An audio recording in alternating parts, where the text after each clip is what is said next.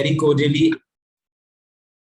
cordially, I would like to welcome all of you to the 6th day of this training come workshop program, which is primarily dedicated to develop an understanding of smart agriculture and sustainable urban farming. So with each passing day, we have been learning newer and newer things, be it hydroponics, Internet of Things, smart agriculture, and whatnot. Now, without taking much of your time, let's continue with our today's session. Starting the chain of eminent and eloquent speakers, today we have with us Dr. C. Srinivasa Rao, Director, National Agency of Agricultural Research Management, Hyderabad. Sir did his PhD from IRI New Delhi and postdoctoral from Tel Aviv University, Israel. Sir, in 30 years of your career so far, you have worked in ICAR at different positions of repute, like Director, Central Research Institute for Dryland Agriculture. You have also served in ICAR Hyderabad, and currently you are serving as Director of NAHEP. Sir, the list of the awards and accolades that you have been awarded with is also endless. I'm very proud to share that in 2019, you were awarded the Rafi Ahmad Kidwai Award for your outstanding research in the field of natural resource management and agricultural engineering. Sir, you have also led the ICAR's National Initiative for Climate Resilient Agriculture as its national coordinator, and also the National Mission for Sustainable Agriculture, and so many other national and international programs. You are a fellow of the National Academy of Sciences, member of International Dryland Development Commission, which is based in El Cairo, Egypt. Also, you've been a member of Asian Long-Term Experimental Network for Agriculture, which is based out in Japan. Sir, you are a specialist in soil carbon sequestration, carbon balance, dryland production systems, climate change, contingency crop planning, and whatnot. Talking about your publication record, which is marvelous, you have almost 300 research papers in your name and almost 49 books, which are either authored, edited, or at least reviewed by you. And the list is quite long. Sir, in a nutshell, I would say that it is our good luck that you are here with all of us today to share your experience, expertise, and thoughts. And I'm very much enthusiastically welcoming you to this program where you will motivate a number of students from all across the country today. Sir, please join the virtual podium and bless us with your thoughts and blessings. Over to you, sir. Thank you, Mr. Rishi, and very pleasure to be with you today and joining with 170 participants. Let me share with my PowerPoint. Sure.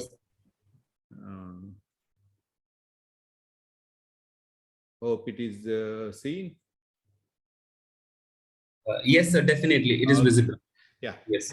Let me start by thanking Just Agriculture youngsters to give platform to me and to share my experiences why climate change is so important for the world as well as Indian agriculture, especially smallhold farmers. As we know that Indian agriculture is more than 80 to 85% of the farm holdings are small and small marginal, and there are many challenges.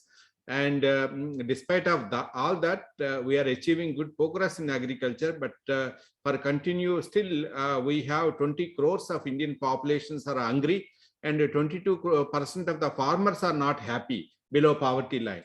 We have many challenges in this way, but the additional challenge is the climate change, and we all know that how the climate change impacts and affecting, and government of India is having top priority to bring many innovations in climate change adaptation and mitigation, so that Indian agriculture is stable, sustainable to feed the Indian population at present 1.4 billion and world 8 crore population. So let me have my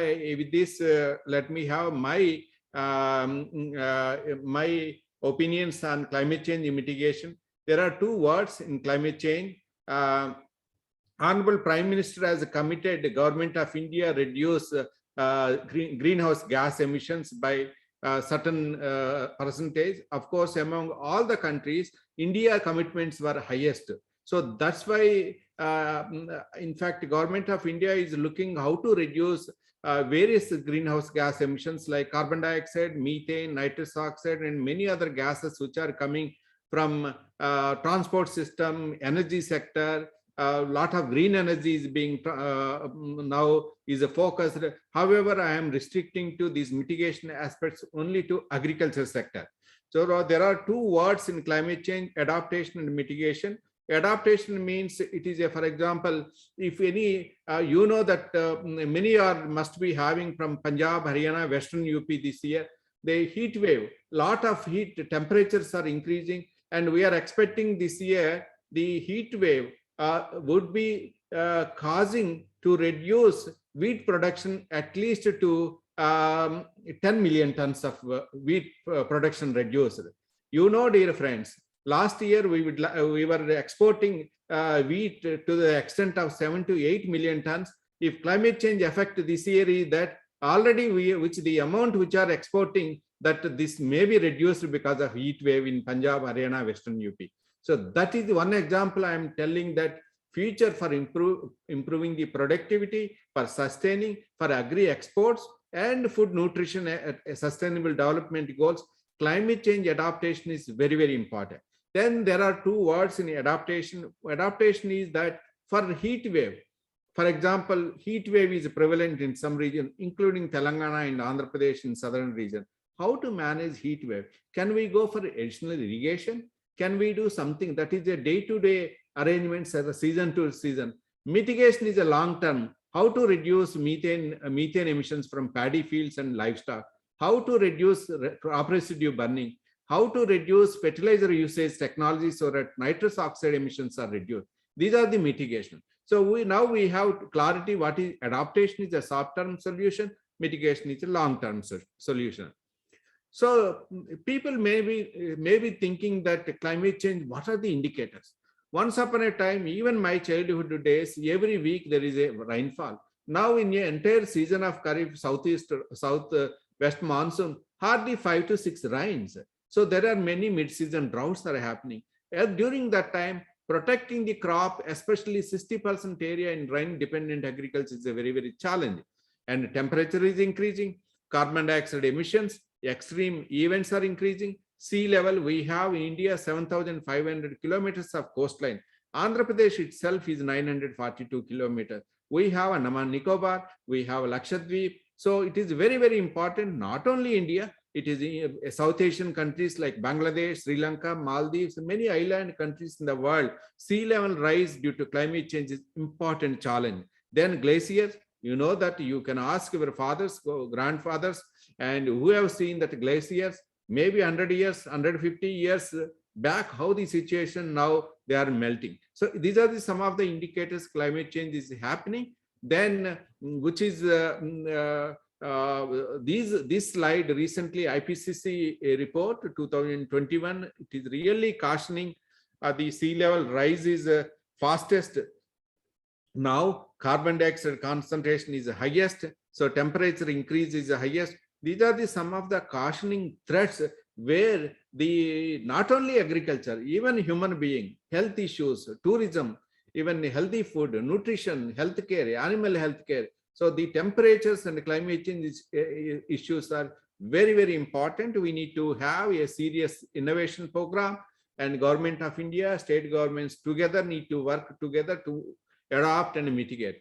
So when we talk about overall, where is leaving the agriculture, where is this contribution of climate change in India? So most important sector is energy sector. Then coming to agriculture sector, industries. Energy, you know that wherever development happened in the world, in the countries, earlier we were not having air conditions. Now we have air condition. Not only single house has 4 air conditions. Earlier we were not having happily bicycles.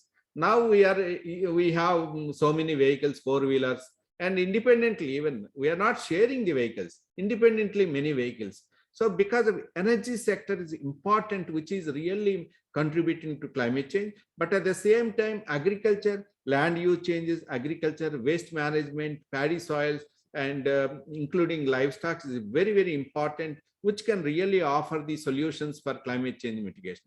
But within the agriculture, previous slide is that overall sector, energy sector, that sector, this sector. But specifically, if you come to agriculture, 59% is methane emissions. Enteric, for example, methane in livestock, then paddy soils, then manure management, rice cultivation, crop residue burning. These are the important innovations where India, based on the commitments which government of India, so we have to see that innovative practices, how to reduce crop residue burning, how to see that rice cultivation not puddled, typical direct seeded rice, how to see effective manure management, how to reduce carbon sequestration, how to see that methane emissions for livestock.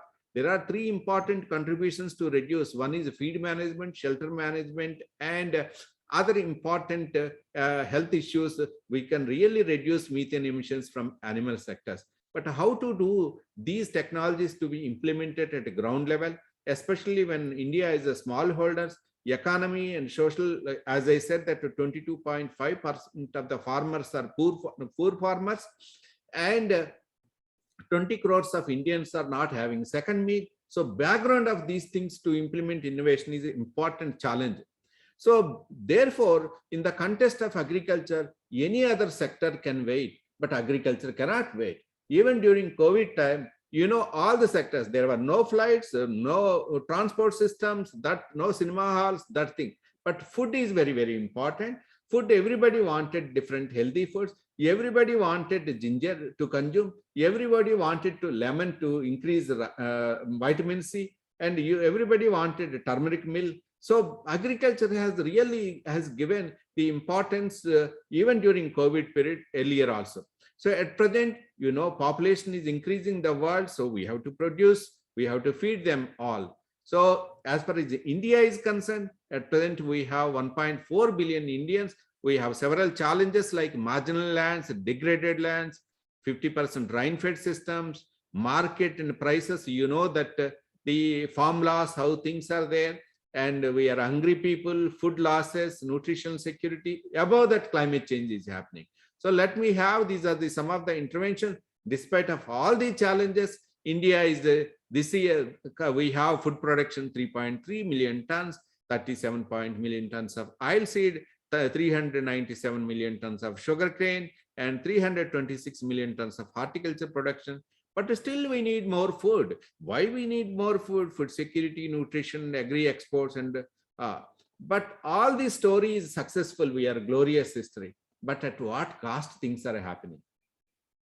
When we have made this success during past 70s, and we are also celebrating Azad Ki Amrit Mahotsav, during last 70 plus years, our water quality and water amount of water is declined.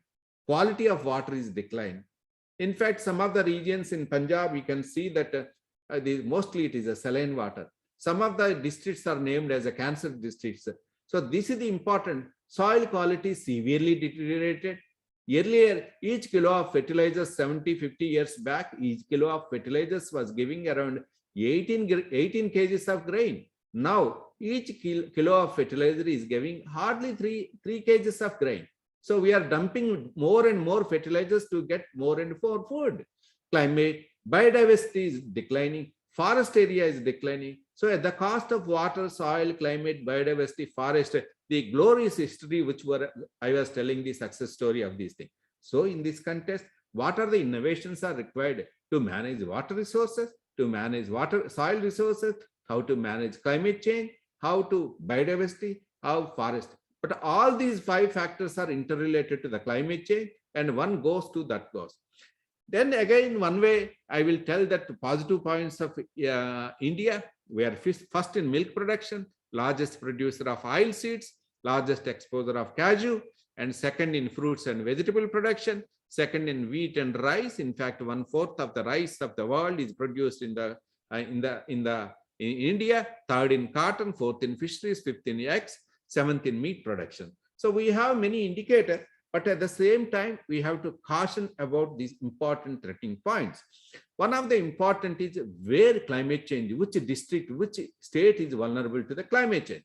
If you see, there are 3 colors or 4 colors are there. So every part of India, either more or less, is vulnerable to the climate change. For example, Rajasthan, Gujarat, Maharashtra, Karnataka, Telangana, Andhra Pradesh, they are very vulnerable. If you see Bihar, some part of is a flood, some part is a drought. In Madhya Pradesh, in Bundelkhand, even some of the northeast regions, the different parts of the country, districts are vulnerable to different either drought, either floods, or seawater intrusion, coastal districts, heat wave, cold wave, frost, etc. So that's why a location-specific technologies are very, very important. Let me have most important resource, natural resource is of water. And when climate change, droughts are happening, anything is happening, water is important. In fact, dear students, in future, we may be having enough food, but we may not be having enough water. You have seen the recent Chennai water crisis and some of the Parbhani regions of Maharashtra where drinking water is taken with a good strengths. So water is important issues in the scenario of climate. You know this slide. There are 17 most world water stressed countries I have depicted here. What is the number one country? You can see that number one country is Qatar. Number two is Israel.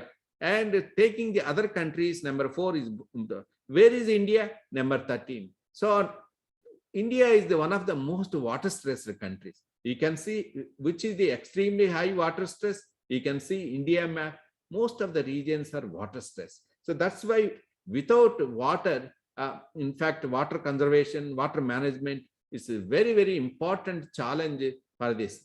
So Professor M.S. Swaminathan says that what is the innovation? Simple innovation is required for Indian water management systems because water is a critical. 80%, 85% of water is used for agriculture. So agriculture water conservation is very, very important. So the Professor M.S. Swaminathan says that this खेत में कोई भी farm pond हो, कोई भी biogas plant हो, that is sustainable farm. So what is the farm pond? Whenever high intensity rain happens, that water is stored in farm pond. Whenever there are mid-season droughts, that water can be recycled with the micro irrigation system, drip or sprinkler.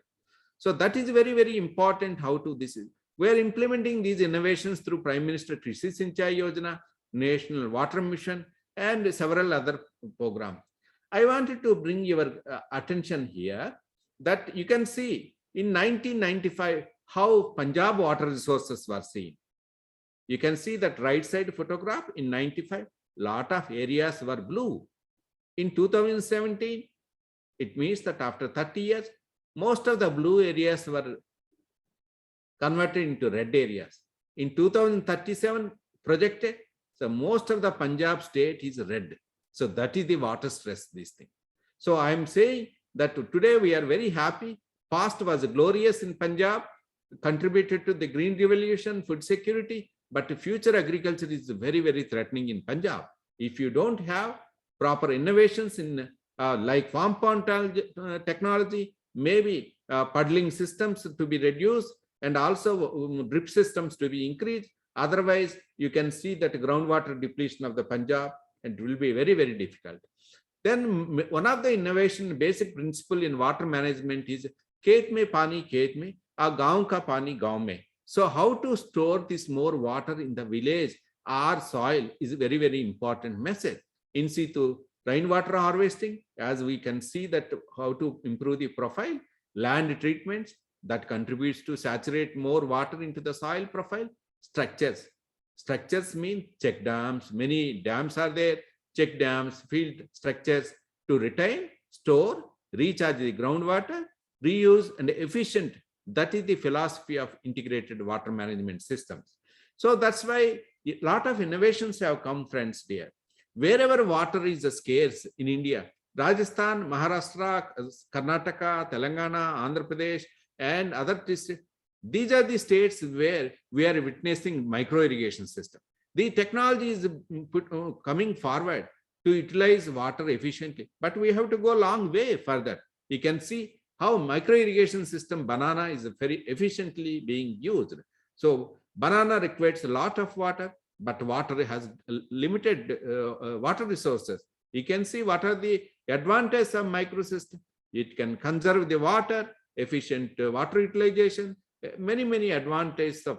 Then For example, how to use once water is harvested in village tanks and farm pond, how to utilize this water for multiple purpose.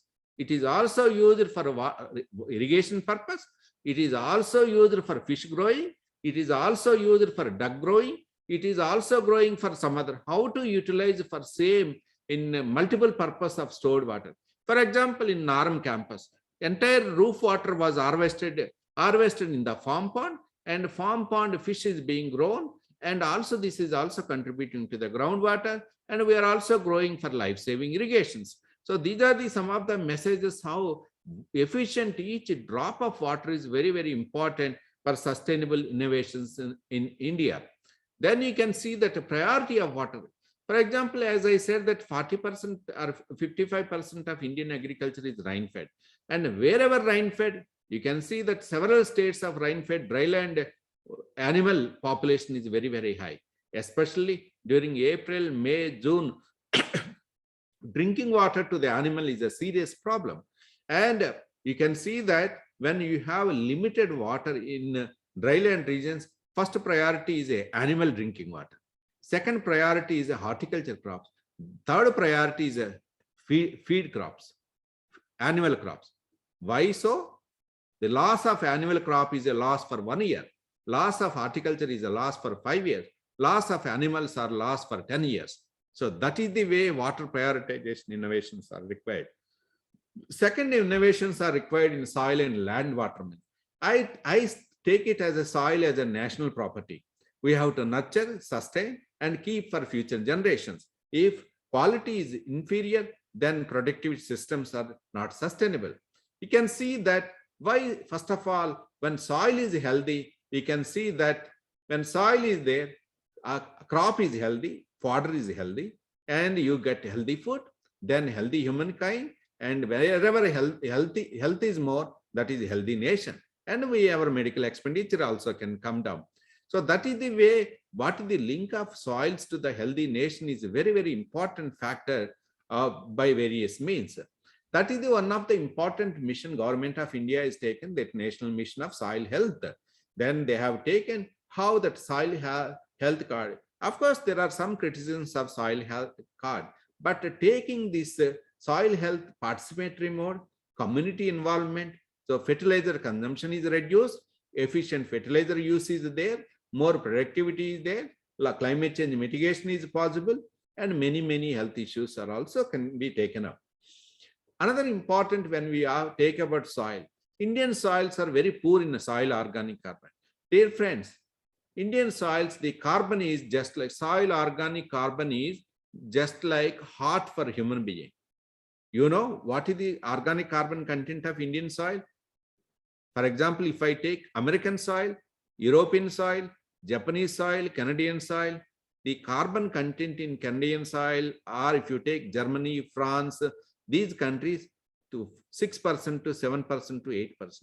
What is it? When I said that when heart is good, human being is more healthy, he can work hard, efficient. Then what is this organic carbon content in the soil? Indian soil, 0.2%, 0.3%. Where is 0.2 here in India? Where is 6% in Europe? So that is the one danger. What is the crop residue? Crop residue is nothing but carbon. When our soils are hungry for soil carbon, please provide organic carbon. But in the same way, we are burning organic crop residues. So, but there are, why farmers are burning? There are different reasons. We can't blame farmers. There are different reasons, but we have to provide the solutions for crop residue burning. One of the important policy developed by NAHEP, Hyderabad, circular carbon economy. If anybody is interested, this is kept on NAHEP website. The circular carbon economy in crop residue management and climate change mitigation. Please see, some of the innovations are being implemented in Punjab state. By crop residue, when we take ethanol production at the same time, the byproduct which is coming from ethanol industry can go back as a manure. So we are not losing anything from crop residue. Green energy is produced. At the same time, we are organic manure also provided. That is the innovation. Perhaps government of India is looking under new mission, circular carbon economy mission. So that is the new innovation, how we can see that crop residue. At present, we have around 300 million tons of crop residue is available, which is being field burned, cutting across all the states. Don't say that only in Punjab, Haryana. Even recently, I was visiting Manipur, where Indo-Burma border, there also crop residue is being burned. So that is a national problem, more somewhere, less somewhere, but we have to take this crop residue minimization. One of the, I have seen that residue burned fields in Uttar Pradesh. Once the residue is burned in the top 10 centimeter soil is dead. There are no microbes. When there are no microbes in the soil, that is a dead soil. It cannot act like that. So that is very, very important how residue should not be burned. What are the innovation is that we have to composting or several other things or green energy, simultaneously green energy production as well as manure can be taken. Another important technological option in many forms at individual levels, they are producing biochar. It is, you know that some of you know about ethanol production from residue which is being field burned can be converted into biochar. So it can act as a source for soil carbon input and also drought mitigation because it absorbs more moisture, it absorbs more nutrients, so nutrient losses can be utilized. So that is the advantage of biochar. If anybody is interested, I can respond in the questions. Another important program government of India is Mahatma Gandhi National Rural Employment Scheme.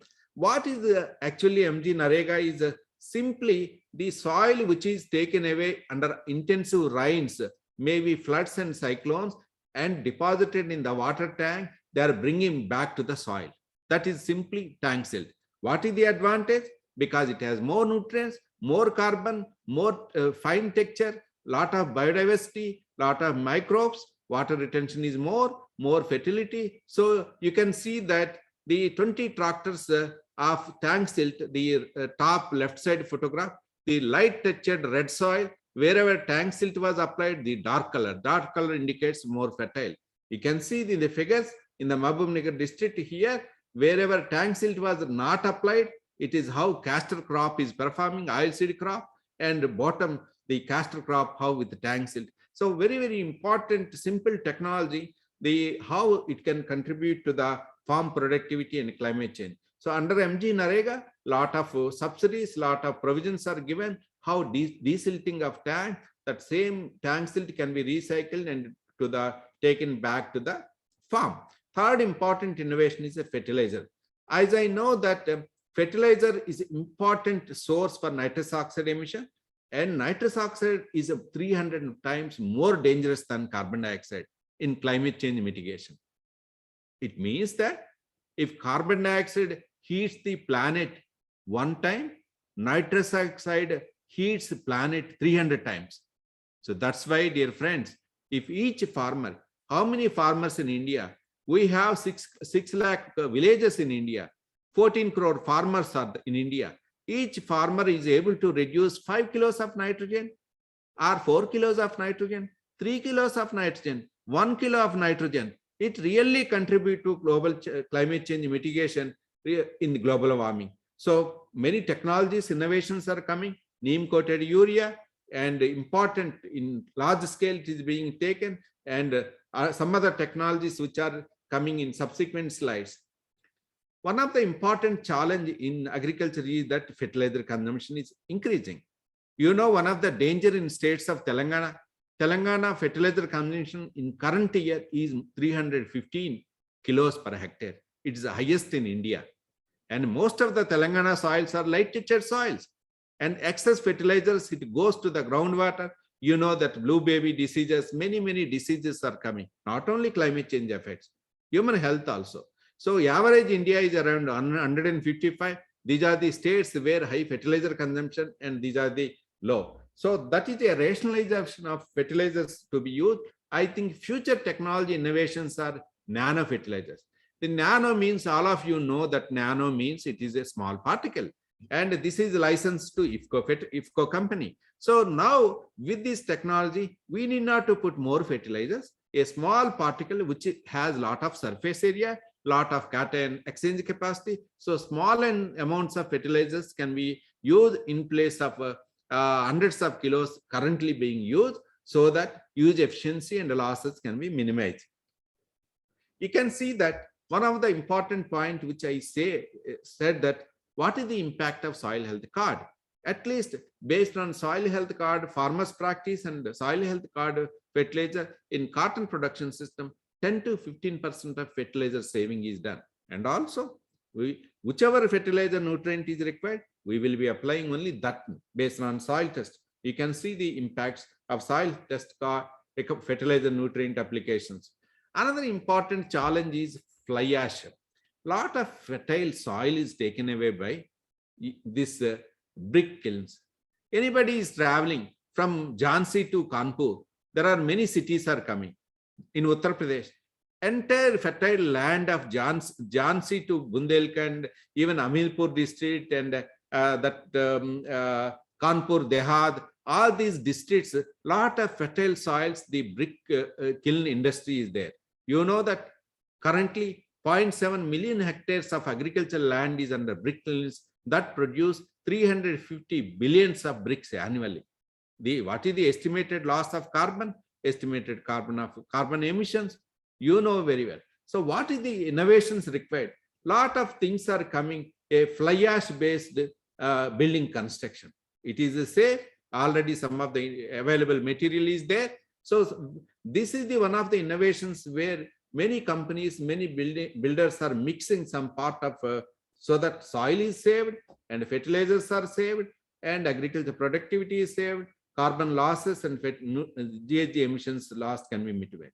Another important innovations in small farmers under National Mission for Sustainable Agriculture, Rashtriya Krishi Vikas Yojana, National Adaptation Fund is that integrated farming system. What do you mean by integrated farming system? This is the one slide where we have taken in Bastar districts of Chhattisgarh, when we are growing only rice crop. In rice crop, for example, Chhattisgarh is a rain-fed district, rain-fed country. If rainfall is insufficient, paddy is affected. Instead of paddy, we can take that limited area under vegetables, some farm pond fish and duck culture, some horticulture come, same field. In 2008, this field is that village, this farm is like this. And after 3 years, when we have different, a green cover has been improved, water resources are improved, ducks are being grown, household nutrition has improved, vegetables are being grown. So these are some of the important miracle of integrated farming system, which we are envisaging in the smallholder farmers in the country. These are some of the economic analysis of farming system in Bishwanath Cheriali districts of Assam, how income can be generated with multiple commodities on the same farm. So next important innovation is a biodiversity conservation. In fact, under Ministry of Agriculture and Ministry of Environment, Forestry and several statements, this is soil biodiversity. In fact, I am the chairman of National Technical Committee, Executive Committee chairman in National Biodiversity Authority, which is based in. So we are looking after that, how agriculture biodiversity can be addressed these issues, various policies, various training program. So how biodiversity is a critical factor in overall healthy soil. So to improve the soil, biodiversity leads to soil. To improve above surface biodiversity leads to the soil biodiversity. That is the slide. If we, as I said in previous slide, single rice crop, multiple commodities. So it is a parallel to increase the soil biodiversity. Wherever biodiversity is there, there are many healthy soils, many advantages are there. Another important aspect is that Prime Minister has announced in recent years that we will we have a lot of degraded lands. You can see that one example I have seen, some of you must have been visited in Assam and highest rainfall, Cherrapunji. And in fact, if you visit Cherrapunji, there is no soil left over. Earlier, it was a sustained tea garden, sustained agriculture was there. Because of soil erosion, entire fertile soil was taken away in runoff. There is no, it is a barren soil now, barren lands. So Honorable Prime Minister has declared at least by 2020, 2030, 26 million hectares of degraded lands to be rehabilitated under United Nations CCD program. Recently, we have made policy paper that is in the press. What is the roadmap to reduce to reach out this target of 20 million hectares? Soon we will be putting that policy document on NAM website, and anybody is interested, you can see that. Another important intervention where I will be also dealing with artificial intelligence and also machine learning, IoT technologies to reduce the food loss reduction. You know what is in India, across the world, 1/3 of food is lost. 1/3 of food which we have is lost. I will tell about India. The food losses in India is equal to UK consumes in a year. Let me repeat it. Food losses in India is equal to United Kingdom consumes in a year. That much food is wasted.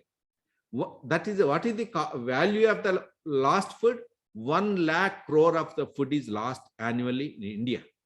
It also emits GHG emissions. It decomposes. It releases carbon dioxide. It releases methane. It releases nitrous oxide. So how to reduce food losses and also mitigate GHG emissions? We have several programs in India. NARM is a very strong leader in agri startup development. We have about 150 agri startups working with the ICAR NARM. We have EIDEA, our technology business incubation centers, which we have funds from startup. We have DBT funding, we have DST funding, we have NABARD funding. So several donors are supporting us to promote agri startup culture to reduce. In India, where is the food losses? 61% of food is lost at a household level. So if we are sensitized, how much we have to cook, how much grocery to be purchased, so you can contribute to the food. So this is the NAM Agribusiness Technology Business Incubation Center, where it received the emerging technology business. Overall objective is how to reduce food losses, how to value for the existing food, so how to go for exports, how to get more money for the same productivity. That is important aspect. At present, India is exporting the agriculture produce to the worth of 35 billion billion dollars. We want to increase to the double, to the more than double next 5 to 6 years. So the Startup India program is contributing very, very important. Increase the value to reduce same production. If you are getting tomato, I will take the example, a simple tomato. Just 1.5 months back, the tomato was 2 months back 120 rupees in Delhi. Then subsequently, tomato was 2 rupees, 1 rupee in some of the villages in cities. Now again, tomato is 20 rupees, 60 rupees or 80 rupees. What is the agri startups have to do are contributing. So when tomato is grown, you convert into tomato ketchup, tomato sauce, valuation, processing. With the same tomato production, you get more money. So farmers' livelihoods also can be increased. Just I am taking one example. So this is the how to see the primary agriculture into the secondary agriculture is important mission for Indian agriculture. I've seen that several products like camel milk products, like fruit juices, cashew, ready to eat idli, ready to eat dosa mixtures, many things. So that is the way one Indian food agriculture should move forward. So another important is how artificial intelligence and IoT technologies can help in food loss reduction. What is AI and machine learning for food losses? For example, I will not read all the things, but one point I would like to highlight. For example, how artificial intelligence can reduce food losses. For example, if you look at a supermarket, there is a lot of food items that go waste every day. And this is mostly because of bad demand forecasting. In this scenario, machine learning can play a vital role and reduce the amount of food wastage. With the help of previous data, how much food goes to waste, how much to produce, how much a product gets to sell, machine learning can build a better demand forecasting. It will help supermarket owners to order items at the adequate level, not more, not less. This is the one critical role of artificial intelligence in overall the supermarkets and where food losses can be reduced. So That another example I will tell that in fisheries sector, how artificial intelligence and IoT based shrimp farming can make to the reduced climate risk. For example, limited water under drought conditions, how to sensitize fish farmers, how to improve the quality of water. So this is the IoT and AI interventions can be really easy and replicable, and see that a decision support system can be taken up. And when climate change impacts are there, how this artificial intelligence really can help in machine learning. You can see that when recently there is a sudden rainfall in Telangana and southern India, most of the rice is spoiled because of wetness. So grain quality can be monitored, really see that how they segregated, really see that how fungal damages and other issues. This AI and machine learning can be possible to segregate this quality grain from the improper grain. Another important aspect is climate change intervention is livestock.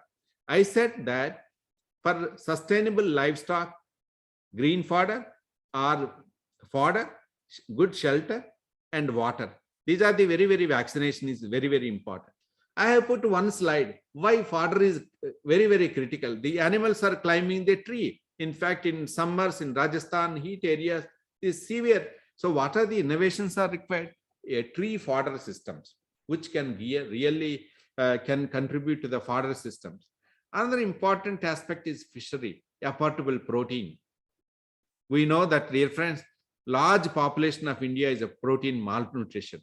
We can see a lot of potential in fishery, especially non-vegetarian. Some of the protein is very important source in coastal region and many other regions. Though this protein, this is one of the important sustainable development goal is a nutrition security. So another important innovation is solar energy. Either two, we are using a diesel-based engine, that is a coal-based energy, that is a dirty energy. We would like to go to the green energy, that is solar energy. Lot of systems are coming, the solar roof system, then lifting devices, because water lifting consuming lot of energy in agriculture. We would like to see that lot of innovations.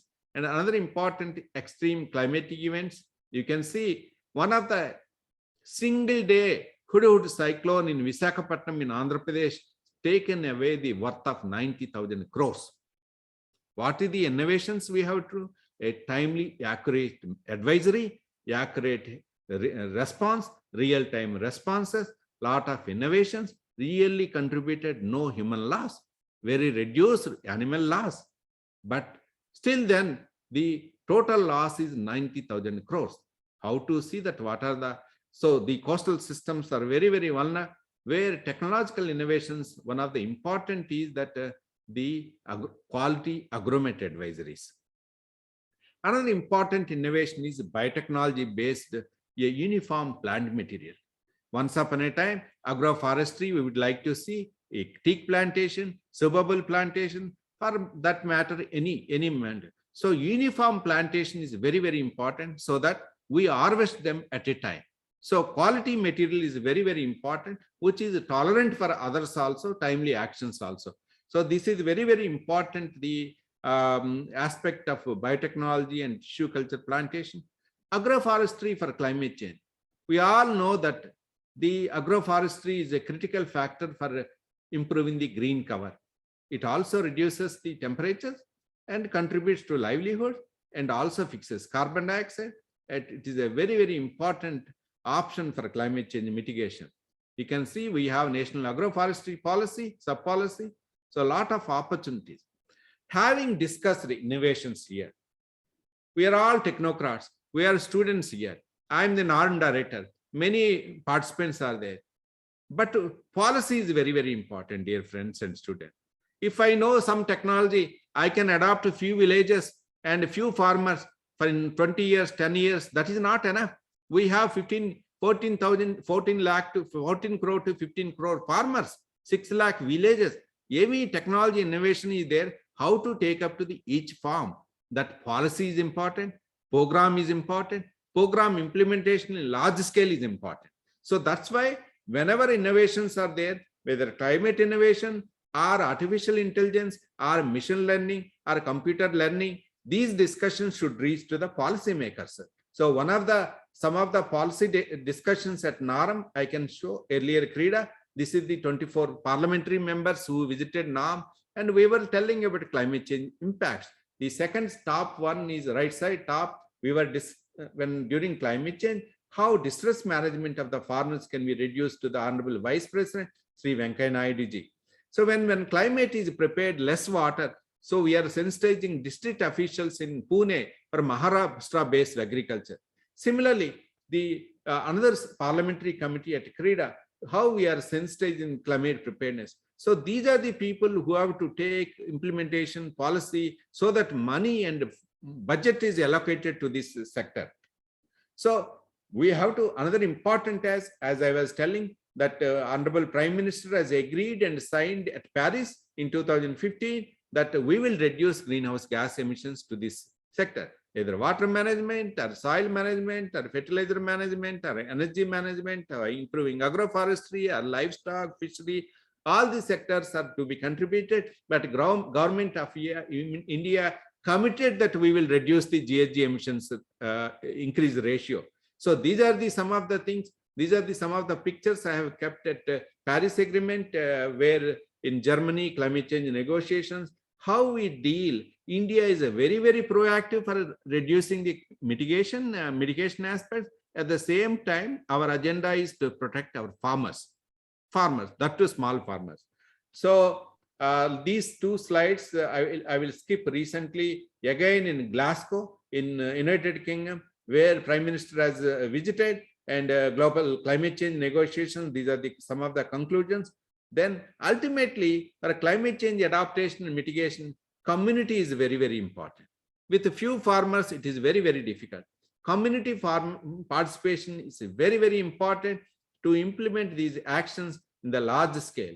Therefore, for making Indian agriculture a climate friendly, climate smart, to reduce with lesser greenhouse gas emissions, we need R&D laboratories, we need student education. In fact, I believe that if you sensitize students how to utilize the fan, how to use single-use plastics or multiple-use plastics, if you target the students, in fact, not the college students, early students of 5th class, 6th class, 7th class, there is the climate education really contribute to this thing. Then capacity building, just like today, you are organizing this workshop, 5 days, 6 days training.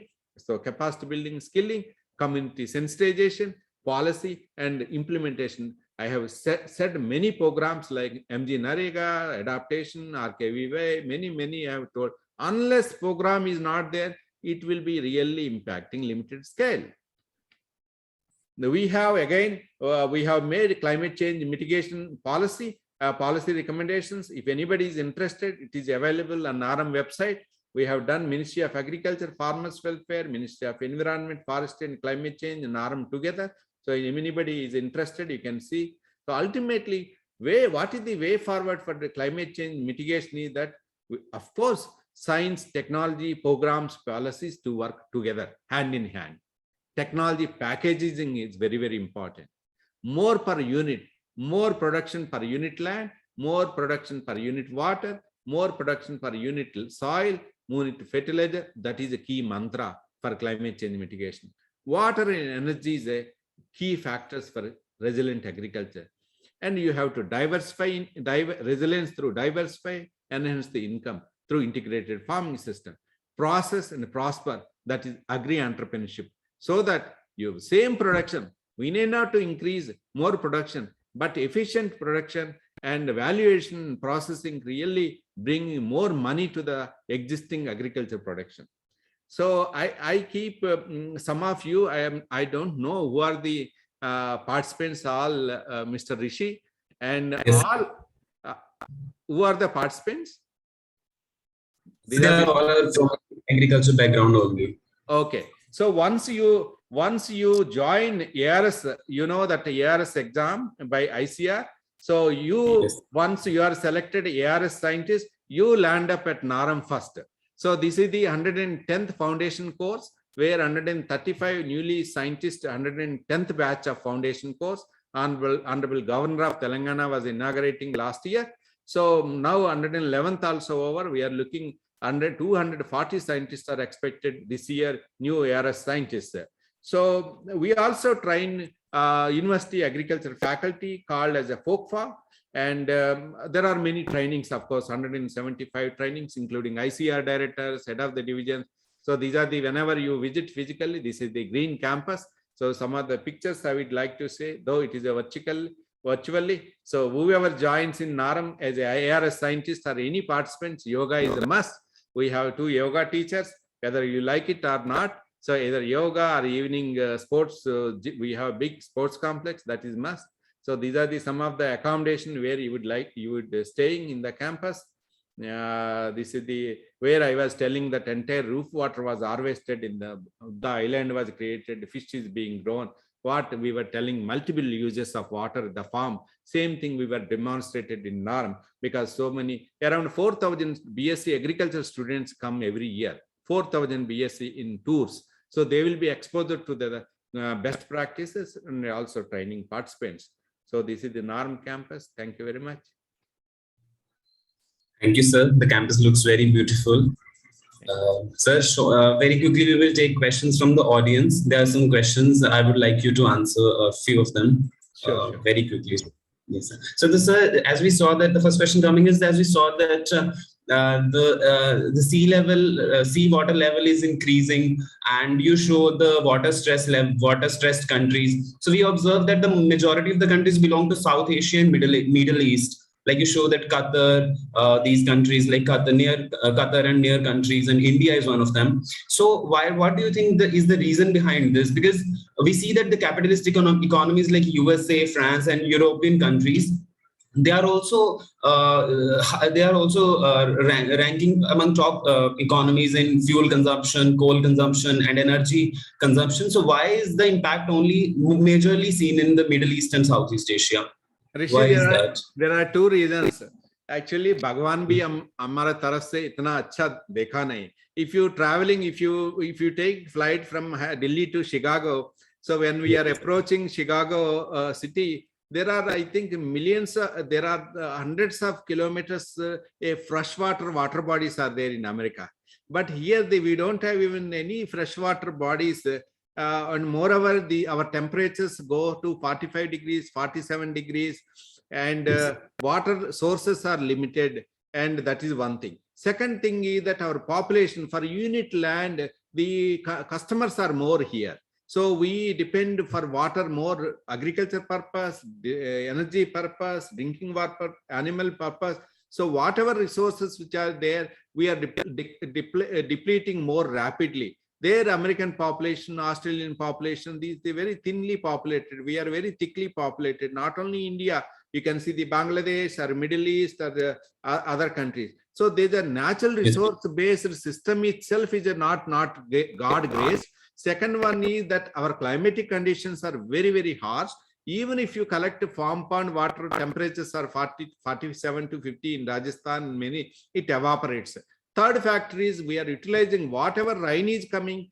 In fact, last 30 years, amount of rainfall not declined in the country, but the amount of rainy events were declined. So that is the one successful mantra is that whenever excess rain comes, store it. Whenever mid-season drought, utilize it. That is it.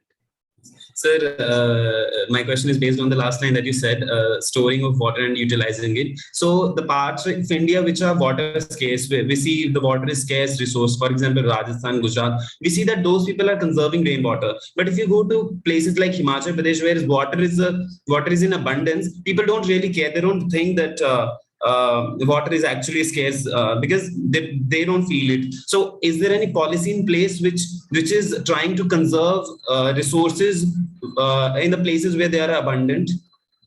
That's what the finest example I have said, that in Cherrapunji, where we get 3,500 mm of rainfall, once upon a time, very flush green with a lot of tea gardens, with good agriculture.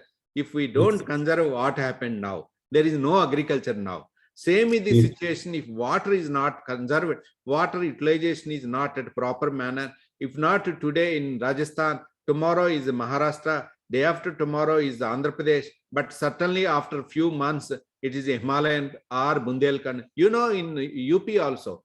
UP, if you see that the Hamirpur districts or Bundelkhand region is a very, very water stressed country. Even if you see Bihar, North Bihar is a flood, South Bihar is entirely, it is a drought prone district. Even if you see Rishi in green revolution areas like Haryana, some of the districts are very plenty of water. If you go to Sirsa, if you go to Mahendragarh, if you go to Hisar, the groundwater depletion is at 1500 feet. In fact, you are getting this thing. So management is a critical, sensitization is a critical, simple solutions. When people say that if you enter in the hotel, they will sensitize, please save water. So small innovations. That's why elderly people, we have to sensitize at education level, school education. When it really hits their mind, lifelong. If you sensitize a young boy or girl at the age of 10 years, they will be implementing this innovation to next 90 years, 80 years. If you sensitize with the same energy with my age, 50 years, 60 years person, I can contribute to another 20 years. But young brains can contribute longer and efficiently. They also tell to that they can impact their parents, their relatives, then future like that. Yes. Sure. So next question is, as we see that, recently we are talking about soil depletion, because it was a very hue and cry about soil depletion. So for that, we are moving towards systems like hydroponics and aeroponics. But again, we are using a lot of water and light, which are again resulting in climatic change, because they are obviously a pressure. Using a lot of water and light is a pressure on climatic resources. So how do you think can these be balanced? Like, what is your opinion on that? So though we say that hydroponics, aeroponics technologies, and for example, we need continuous electricity, first of all. We need indoor light consumption, again, energy. And power cuts this year, if you see that Andhra Pradesh, where I belong, Andhra Pradesh states, there are 10 hours power cut is there. And even if you put hydroponics, aeroponics, light is important for photosynthesis, and water recycling, you want electricity, and you can go for small level hydroponics or aeroponics. The people of 1.4 billion and diversity of foods. The North India, one fellow likes aloo paratha, South Indian idli dosa, somebody is a fish, somebody is diverse food systems. I think it is to some extent it can contribute, but not in the totality, these things. Yes. Okay, sir. Sir, next question is, which one is more beneficial, protecting wetlands without human interference, or its utilization like cultivation of rice and the crops which already in India, which have more? Certainly, I won't recommend paddy. And certainly in India, we are cultivating rice in 44 million hectares. So now the policies are, China has declined, reduced its paddy area by 5 million hectares, and the diversified with the millets, pulse crops, and other oilseed crops. So in India, you see, in India, we have a lot of democracy. The moment water is available, we go to the paddy. But the China, of course, Rishi, we can't compare China. There is no democracy there. Here, this entire thing is democracy. There is by law they implement. So it is not comparable Indian system, but certainly entire academia, entire policy makers are thinking to go wherever paddy systems are there. Let us go for dryland paddy or direct seeded paddy with less water which consumes. Second point is how to reduce paddy area to diverse to high income crops. So that thinking has come to the not only researchers, not only the policy makers, cutting across, this is the policy. Yes. Okay, sir. Last question is that between biochar and hydrochar, which one is more better to use in agriculture for environment and climate change mitigation? See, Between biochar, biochar. see, basically, so by converting biochar, there is a problem in the field. So we are burning around 250 million tons to 300 million tons of crop residue. That is already there is a problem in the field. Then we wanted to see solution by reducing residue burning. We wanted to see to bring the healthy soil, to contribute to the drought adaptation, to improve the soil biota, and multiple aspects of benefits. But the hydrogel, you mean hydrogel? You want to see that hydrogel? What word you have used? Biochar? Hydrochar. Hydrochar. So hydro basically it absorbs, but biochar has all the advantages of slowly. Biochar is basically anaerobic decomposition of crop residue. So once biochar, it is a coal type of semi-coal type. So it contributes to carbon to the soil. So it also absorbs more water, more nutrients, and it holds nutrients so that it will not nutrients are not lost. So there are multiple advantages.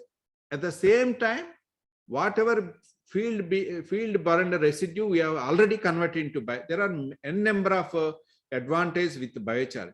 So hydrochar is basically looking hydro and char, basically water, but biochar has multiple advantages. Okay, sir. Thank you, sir. Indeed, it was a very informative lecture, and it was so nice to have lecture from you. Thank you so much, sir, for being with us. All the best. And I think audience must have enjoyed the lecture and gained understanding of what exactly climate change is. So yes, sir. Thank you, sir. Bye-bye. Thank you, sir. Thank you, sir. We hope to see you again in these kind of trainings. Yes, sir. Thank you, sir.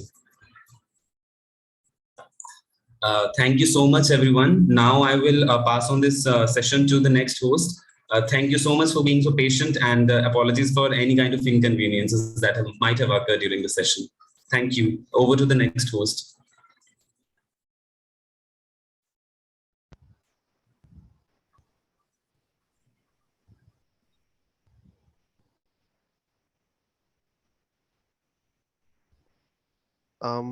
Hi, good evening, everyone. Apologies, I won't be able to turn on my camera. It is giving me some issues since the morning. So, introducing myself, I am Karanjot Singh Vilkhu, currently working as. Sorry. Sir, very good evening to one and all present here. Sorry to interrupt you, sir. There was some technical problem due to which I couldn't on my mic, sir. Myself, Dr. Piyush Chaudhary, on behalf of Just Agriculture magazine, I would like to invite all the participants and our respected speaker, Karanjot Singh, sir, to the second session of the 6th day of Agriculture 3.0, 21 days international training cum workshop program. As our eminent speaker has joined, but before inviting sir, I would like to give a short introduction of Mr. Karanjot Singh, sir. Sir is working as a junior data scientist in Terrace Data. Sir is very well expertise in computer vision, backend development, NLP. As a junior data scientist, sir is working on image pattern recognition and time series analysis at Terrace Data. Sir have a good experience in working with audio-based data. And recently, sir has published a research paper on ancient classification with capsule networks. Sir is also eager towards gaining insights on deep learning based solutions for natural language processing problems. So this is all about a brief introduction about our second speaker, Karanjot Singh, sir. Now, without taking much time, I would like to invite you, sir. Over to you, sir. Please. Thank you so much, Piyush sir, for the kind words and the introduction. Okay, before starting, I must share my screen and let's talk about. Okay, in the previous days, you must have attended some lectures upon crop disease identification Please switch and. over to PowerPoint mode. Yeah, sure.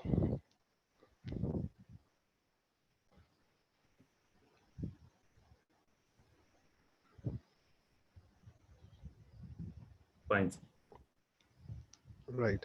So in the previous lectures, on some previous days, you must have gone through some sessions upon how crop disease identification and weed classification is being done with the help of deep learning and image-based classification models. I mean, how artificial intelligence is actually bringing a change in how we can actually identify what problems the crops are facing in different areas. I mean, of course, depending upon where the crops are being planted, as the diseases are uh, these days region based. Moreover, another session, I mean, just briefly touch basing it, was upon how IoT devices being planted in farms can help us to, gain the nutrient levels of those particular areas, and how these data types or data sets can help us in understanding how we can make the crop more healthy. So all these modules that we are working upon at Tatras Data are actually being used in this mobile application, which I'd be introducing in a short while. Moreover, the project with which this mobile application is being associated is Sat Sri Akal Punjab. So, how we came up with this, how this project actually was brought into action. We all know agriculture is one of the oldest and most important professions in the world. People should get creative and become more efficient about how they farm using less land to produce more crops. In short, we all are trying to work upon achieving better yield. Now, some of the problems that we saw that are being faced by the farmers are localization of field areas, which constitute crop plants having low vegetation indices, which can include NDVI. I hope some of the people in this lecture have heard about NDV index, and moreover, accurate identification of pests slash insects species in order to come up with countermeasures. Third comes up monitoring of soil health on regular basis is a challenge. Um, Nowadays we are not able to know that if a particular crop needs more nitrogen levels in the soil that is being planted in, how we can monitor it, or how we can see that the weather changes are affecting the levels. Fourth is field area based weather monitoring. um, Although we have big MNCs working upon predicting weathers on daily basis and even upon hourly basis, but still they are really focused upon villages and towns. I mean, the the zoom level is at least to villages and towns. They are not hyper local. From hyper local, I mean how the weather is changing in a field which is of 1 acre, which is actually of 1 acre, but is also part of a village. Now, we don't want to know the how the weather patterns are there in the village, but we want to know the hyper local changes in the weather patterns for that particular field, or even some plants for some farm which is a little bigger than that.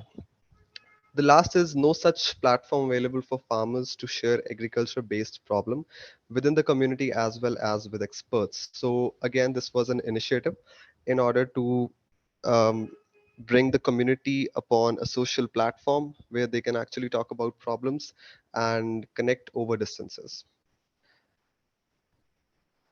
The project aims to provide an AI-based solution to farmers in order to increase crop yield, as mentioned, to protect the environment, improve human health, and ensure food supply for the future by finding the location of the stress areas in the field using drone technology. Now, these buzzwords will be talked about in a while. What actually the second point means is to, again, in order to know in a hyperlocal area that what are the crop areas or what are the areas where the crops are infected by one or the other thing. So how we are trying to achieve all of these, we have talked about some of the problems. Currently, our work is being done in collaboration with a village named Chatpir, which is located near the city of Chandigarh on the border of Haryana and Punjab. where IoT sensors are being installed in order to collect soil-related data. In parallel with this, aerial images of the farms are being investigated in order to understand how the indices are changing according to what problem is being faced by the crop in some particular area. And right now, 400 acres of farmland in Chatbir and some other villages of Punjab is being monitored. Now, talking about the blocks on the bottom, the approaches that we are using, we have successfully collected images of agricultural land by flying drones over some periodical uh, time. Moreover, instruments instruments in the fields with sensor networks are being installed again in order to collect the data. Third is in order to analyze this data that we are collecting through drones or even by the mobile application, ML based models have been trained to identify those diseases and those weeds. Moreover, we have also connected with experts in order to tag those images because in the end, deep learning and machine learning is all about correct data upon which machine learning algorithms are trained. Then we are also working towards enriching weather data, hyperlocal weather data, and the satellite data. We are trying to have a dump where which might be made public in a short while once we are confident with its volume, which can be used in order to understand the historical values of some um, hyperlocal areas. So these shots are actually from the mobile application. On the left, you can see a login page. So it is more of, uh, I mean, we all know how social platforms work. We log in as a user and we work around with all the features that there are. And on the right, you can see um, this here. While testing, we have actually cropped a small area from the satellite image and the image which is colored in red, green and yellow is the converted NDVI image. The red area is actually telling us the area where the indices are low and some investigation needs to be done that what are the reasons that the crop is affected. Okay, so these are the modules these all modules are actually interconnected and the mobile application is a gateway in order to access all of these. So you will be having a detailed session upon farm monitoring module tomorrow. Crop disease detection, I guess, has been talked about, and IoT has also been talked about. So again, I will touch base these a bit in order to understand how mobile application is being worked upon in order to access these modules. Okay. So the farm monitoring module is actually divided into three subparts. First is the AI-based platform using drone and spatial technology. Second is weather forecasting, the hyperlocal weather forecasting that we are talking about. Third is commodity forecasting. So the drone and the spatial technology. Again, the images that we saw uh, are actually the ones which had been collected by drone and is being overlaid upon a live map.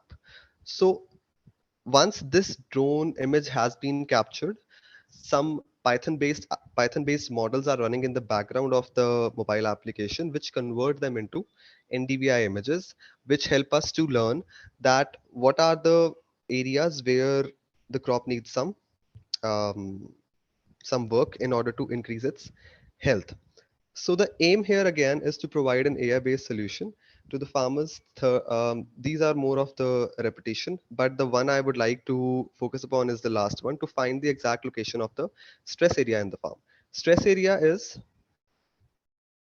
here. The red ones is what I am calling the stress area. If anyone has any doubts in the beginning, please feel free to interrupt me. I would be more than happy to answer. Okay, next, the technologies that are being used. Um Python-based applications are working in the background to calculate the vegetation indices. Not only NDVI, there are n number of vegetation indices that can be calculated in order to understand the crop health. Then geospatial technology to find the exact location of the stress area. Another feature that the mobile application would be able to offer is that a person can actually see its location on the map in order to learn that if he has to traverse to the stress area, how he can.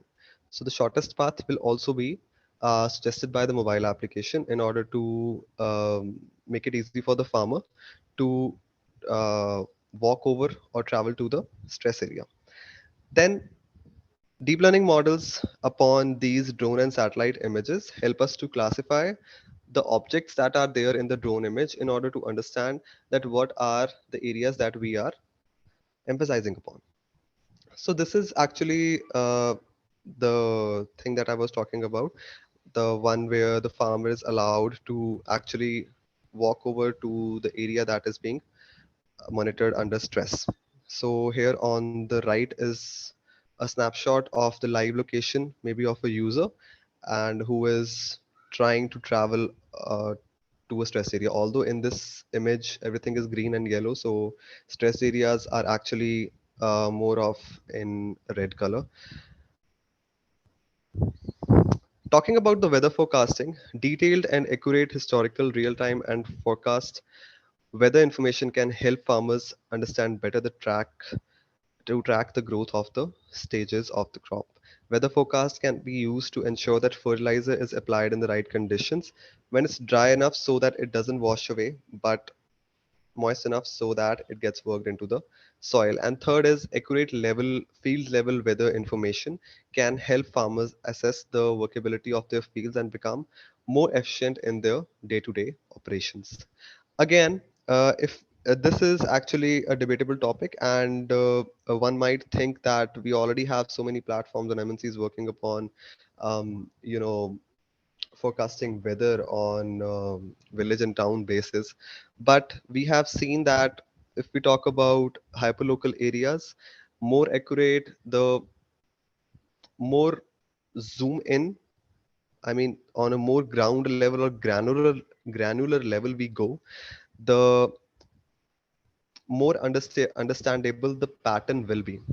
I mean, even in cases of fields with the 1 to 2 acres of land, if we are trying to go for on a hyper local based level, it will help in understanding how the crops should be turned around or worked upon with fertilizers and other supplements in order to get their health on track.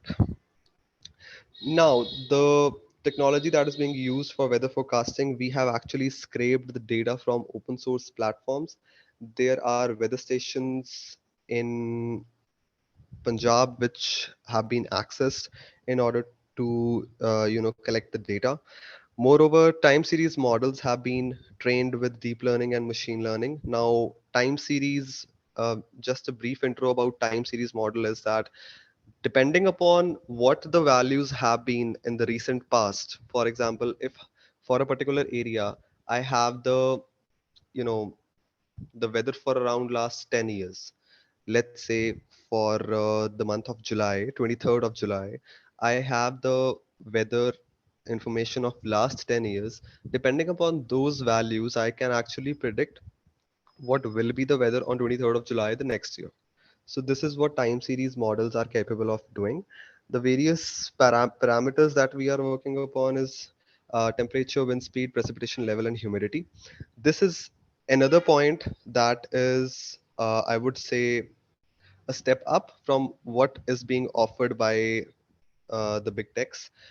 We are actually going for n number of parameters. We are actually right now working upon 10 to 15 parameters, upon among which some of them are mentioned over here, like wind speed, precipitation level, and humidity. This detailed weather prediction is not available by other techs. So moreover, Flask in the third point used Flask to deploy the weather forecasting project. Flask is actually a Python based library. Python is a computer programming language.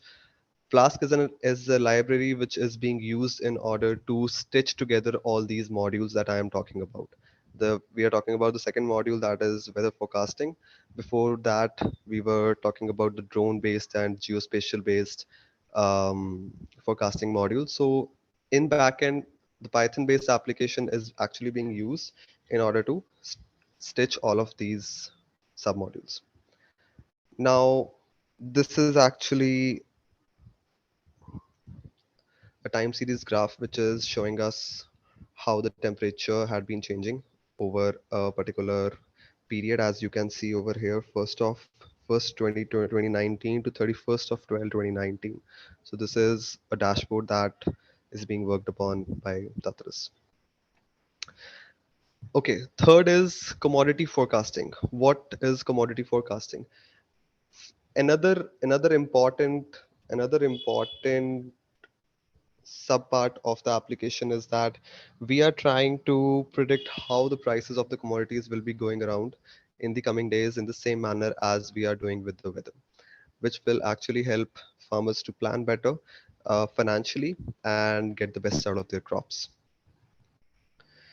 In the same manner, as for the weather forecasting module, we scraped data from many open source platforms and we incorporated this data into our mobile application, and the time series models being trained in order to predict accordingly. So in the snapshot on the top right, you can see the states associated with the districts and the markets and the commodity along with dates and their variety. So the commodity price, this is a database that we have, which is working upon feeding all the commodity prices according to the dates. Then we are also analyzing, depending upon the years and the average prices, how the fluctuations have been around the snapshot on in the middle and the bottom. Right. Anyone having any doubts in farm monitoring module or anything? If not, we can move on to crop disease detection. Right. Sir, we will pick up So, the question yeah. answer session in the last, sir. Oh, You can. okay. I didn't know that. Right, right. Okay. Yes. Okay. So the crop disease detection module is about farmers are often unable to identify the disease. Now, in our database, we actually have insects which are of different varieties, but they look real similar. Now, I mean, of course, someone who is working in the field from past a couple of years or from decades would be a better judge of that as compared to us. But although, in order to get rid of that problem, I mean, we are humans and we make mistakes.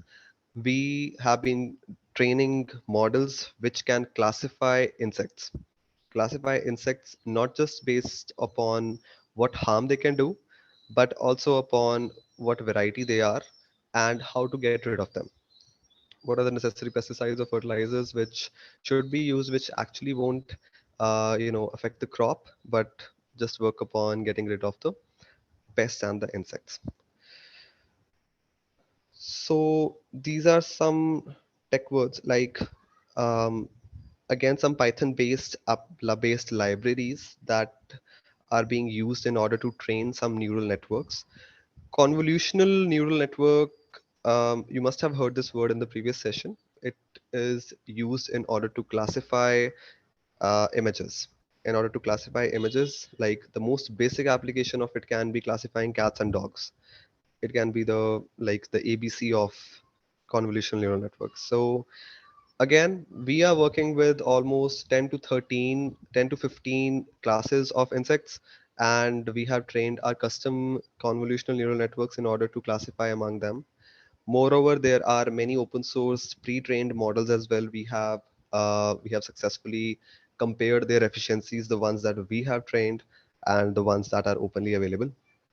Then we should also understand how a particular neural network is making a prediction. I mean, when we actually perceive something, if I'm trying to, I mean, a baby, when a baby tries to learn what things are, he or she tries to see some features. For example, if he or she tries to see what a fan looks like, the focus will be upon the blades. We like there will be 4 to 3 blades and a controller in the middle. So something like that. Again, this is also possible in understanding how convolutional neural network is trying to classify different objects, and that is called model explanation. GradCam is actually an algorithm which is used in order to understand that what are the features of a particular picture which are being focused upon by the model in order to understand what class of insect it is of. How far we have come, uh, we have successfully trained custom CNNs. We have compared them with open source models, as I said. Moreover, we have expert review analysis upon the classes. I mean, we are not just going rogue upon trying to classify insects. We are actually consulting experts in order to understand what actual species they are of. Because in deep learning, it is all about accurate data tagging. I mean, in simple words, if I say if you teach a child, uh, I mean, in a false way, maybe if I keep if I keep saying that character which is actually an A should be pronounced as a B in the first or the second grade of a kid, he or she will learn it that way. So what is being learned should be correct. So in that way, there have been panels of experts which are helping us to classify um, interclasses and tag the data that we are collecting. With time, the refined and tagged samples will be stored in a stable storage for further refinement of classification models. As the data increases, the more accurate our models will be. It is a universal fact in the field of AI and deep data science that with increase of data, to some extent, models perform better. So it is a lengthy process. I mean, we have models upon the database that we have right now, but we are also collecting more data in parallel, and models are trained on periodic level. Okay, these are some of the features of the mobile application. Now, what these models are actually trying to do. The second point is that farmers can easily post the images taken from the handheld devices, the mobile application that they have installed in their mobiles, and the system will analyze and provide some suggestions. Now, if I am a farmer and if I upload a particular image that I have clicked in my field, the deep learning models in the background will actually classify and make bounding boxes. I mean, there will be pictures coming up in here. So you can actually see this blue patch. What there is under this blue patch is an insect. So this can be some handheld device clicked photo, and our models will classify it in that way. Now, this is a previous staged classification. That's why you're also only able to see insects. And the number that you're able to see is the confidence level that it is showing. So a 73% probability is that this particular classification is of an insect. And the one on the lower is pretty high confidence, that is 91%. And on the right, this is actually the weed classification model. It is a drone image, and once these images are pushed to the model, you can see these patches which are telling us that that these actual plants are the ones which are being predicted as weed, and this suggestion is given on to the farmer, which he can take in whatever way he wants. So, and these pictures are the ones that I was talking about when I was trying to make an analogy, how a baby tries to understand what different objects are. The yellow patches in these images are actually the ones that are being focused upon by the model in order to understand that what class of the weed or the crop is there in this particular picture.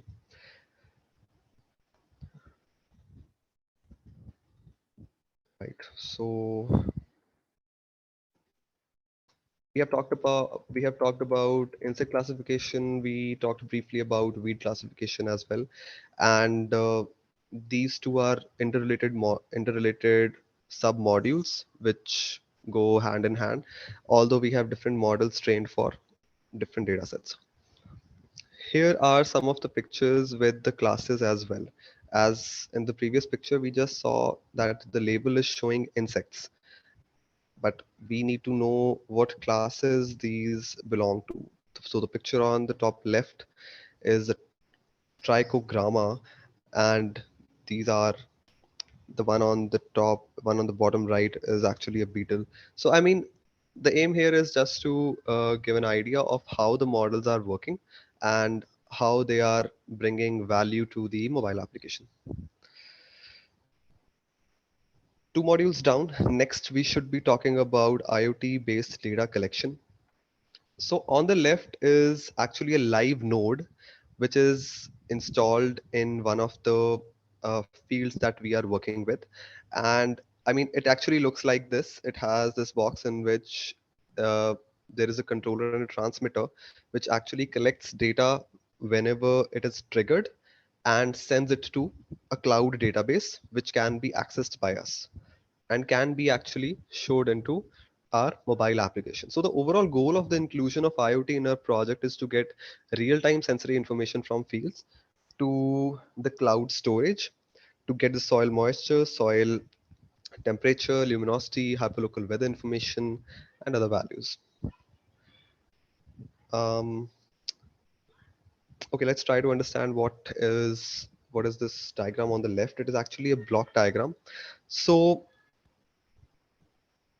what is a node and what is a hub? A node can be taken as a piece of hardware which is working on the ground level in order to collect the sensory data, which is being passed on to the hub, which is responsible for transmitting it or storing it into a cloud storage. So the cloud storage that we are actually using is ThinkSpeak. ThinkSpeak is just like Amazon S3 cloud storage. It is more reliable for sensory data as it allows us to actually connect the channel IDs accurately with the hub. A channel ID is nothing. In simple words, this this particular pole is one single node which is connected to the hub in the white, and this hub is transferring data to cloud, right? And the mesh mode and BLE mode are actually the ways in which these nodes are actually interacting with the other nodes, because here we have, you can see there are two nodes and they are working in a harmonious way, right? So this is a more granular block diagram. You can see n number of nodes over here: node n, node 4, node 3, 2, and 1. Now all these nodes are working to get their data to the hub. Hub has a root node, which is the one responsible in order to get data from all the different nodes that are deployed in the field.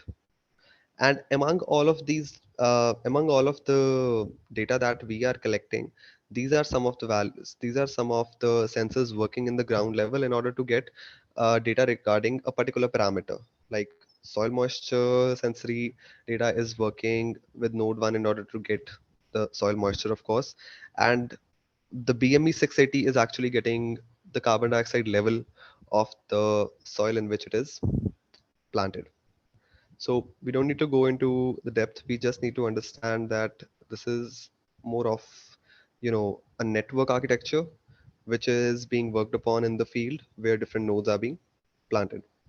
These are some snapshots of the drones, the sensors that are being used among with soil moisture sensor, soil temperature sensor, all the sensors that we saw in the previous, the previous slide. So if I am not wrong, this is the one in the purple.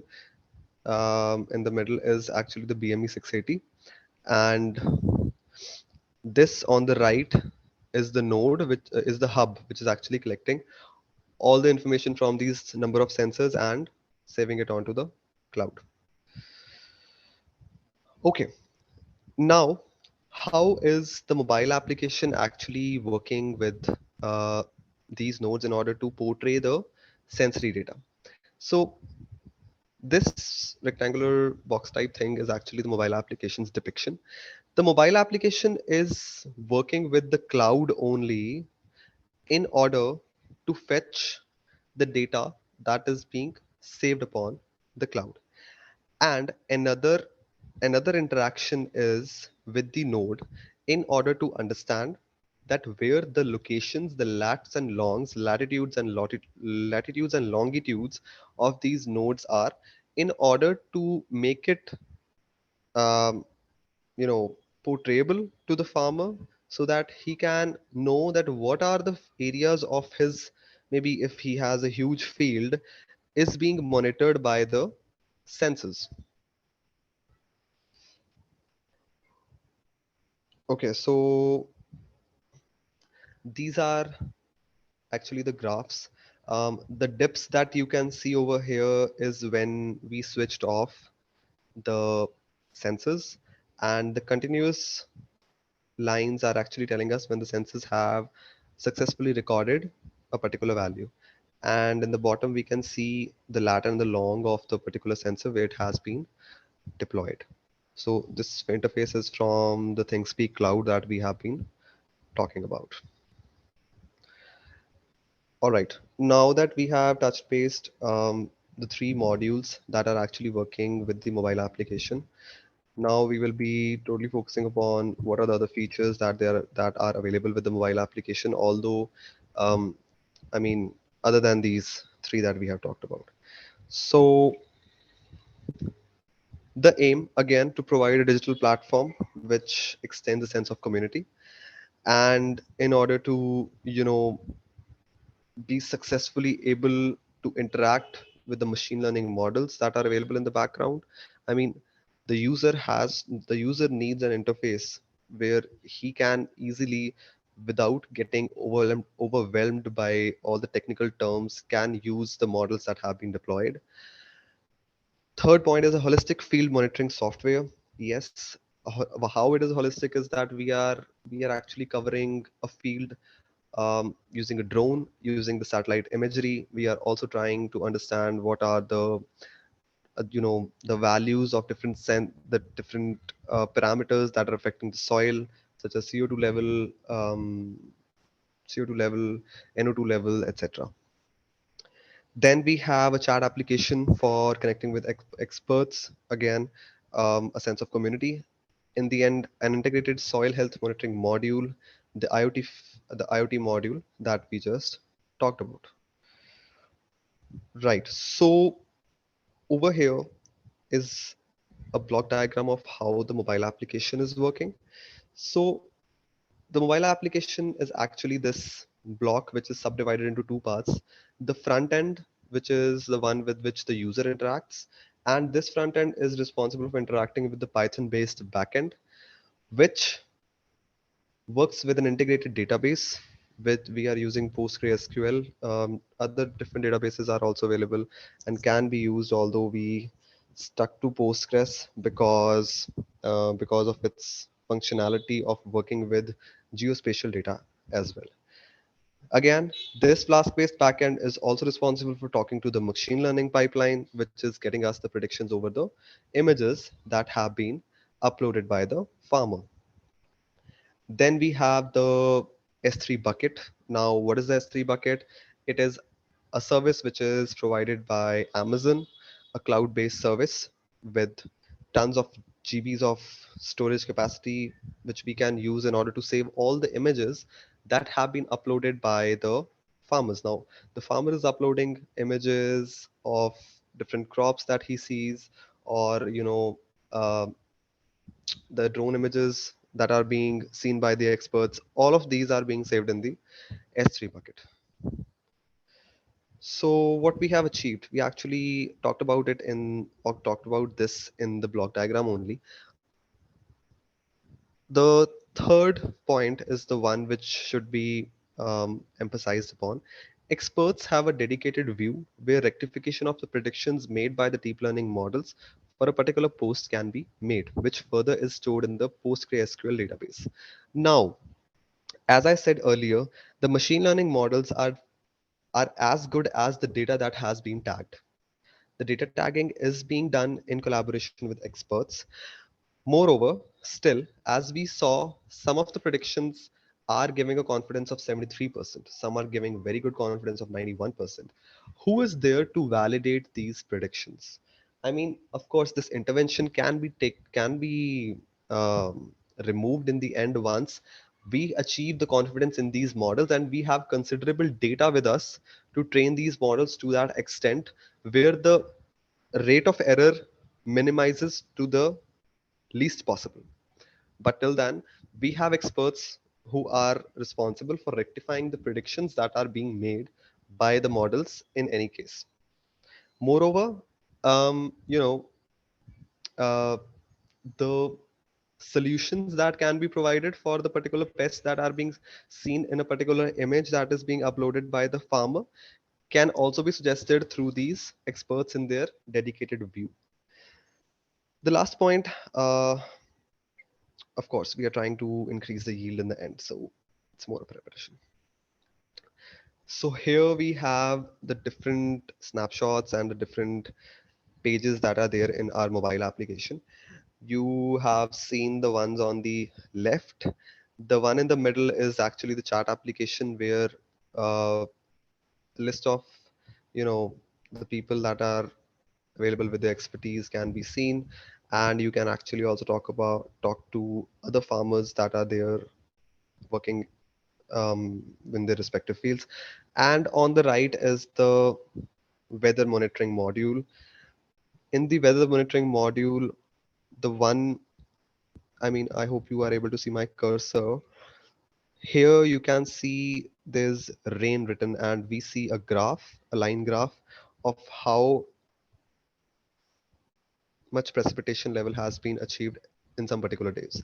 So this information is being recorded, and based upon these informations, we are trying to predict what will happen in the near future. Same for temperature, wind, precipitation, and some of the other parameters. So,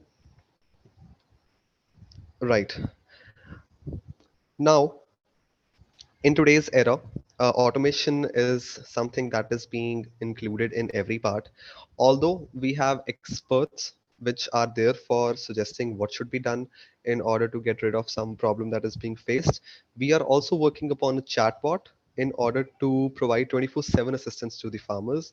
It is named as Sathi, Sathi written in Punjabi, and it helps in decreasing the response time. Now, how this chatbot is being trained is this chatbot is being trained upon a database, some set of questions and answers that have been successfully collected by us. Depending upon that data, if the model, a chatbot is also a model, sees a similar question being asked by a farmer, it is capable of successfully replying, and that answer again can be validated by the farmer. This is just some list of technologies that are being used in order to train the chatbot. Um, you have heard of Python. Docker is something that is used in order to deploy such technologies. Rasa is our star over here, which is again an open source library, Python library, which helps in coding such chatbots. So over here, the one on the right, you can actually see how chatbot is working. Hi, I'm Agribot. How can I help you? Oh, it just so you can select among agriculture and horticulture. Once you have selected, what do you want to understand? Okay, I want to see the seed rate of rice given, information about control of caterpillar and ash god given. So it's a GIF, so I'm not able to control it. I'm sorry. So this is how a chatbot in action looks like. The messages in the blue are the ones that are done by the farmer, and the white are the one that are being that are the responses made by the chatbot. So although we have problems related to pests and insects, we also have problems related to, I mean, not problems, we should call them query. Like, what is the rate of a particular crop in a particular market today or a week before? So as we have the commodities data, the chatbot is actually connected with it and can actually, give you the price. So again, you don't have to go through tables and see that, okay, this was the price that was there on some particular date in some particular market, but the chatbot is there to help you out.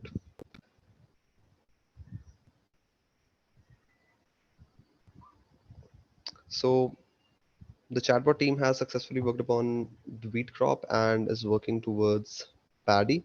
This process, of course, as each crop is totally, different as compared to the other and has some different needs and have totally different pests that are affecting it. So each crop is being taken into consideration one by one in order to holistically cover it.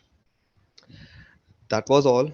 I am really eager to listen to some questions. Thank you so much, sir, for your wonderful and nice presentation on mobile applications and various models for the crops. And few of our participants, obviously, most of the participants are the students. So students are curious to know that how BSc students can join this project at your end.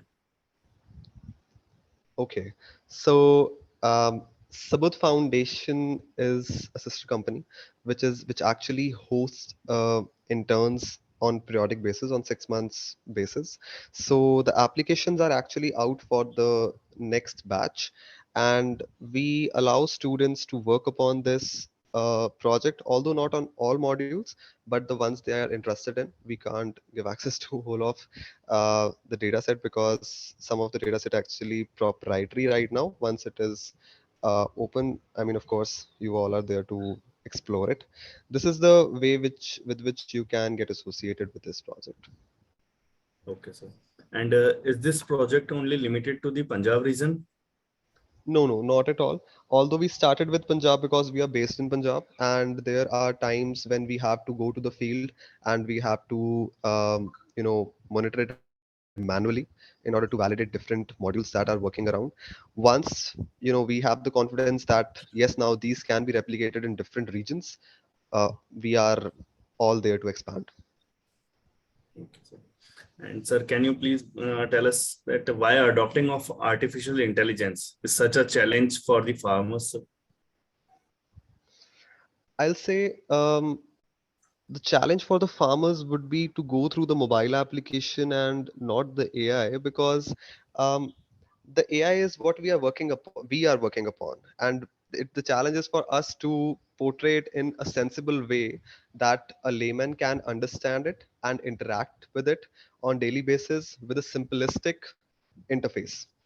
Although they will be facing this challenge to understand, okay, what are these graphs going around and how is this bounding box telling me what insect there is and etc. But the data collection part, all these parts are, I mean, the main challenge is the data. And of course the farmers will be facing some, they will be needing some knowledge transfer of the terms, but of course they don't need to go into depth. It's all about, again, it's all about data. I mean, yeah. Yes, sir. So, can you just brief about that? How many farmers or villages you have been covered till now under this project, sir? Right. So right now we are associated with the Sarpanch of Chatbir village, and we have also successfully associated with Landra, which is like just in adjacent of Chatbir. So these are the two villages that we are focusing upon right now for validation of the technologies that we are working upon. And in total, we are working with 400 acres of land. So if I say 400 acres of land, that means we are successfully monitoring 400 acres of land with drone and with the satellite imagery that we are collecting.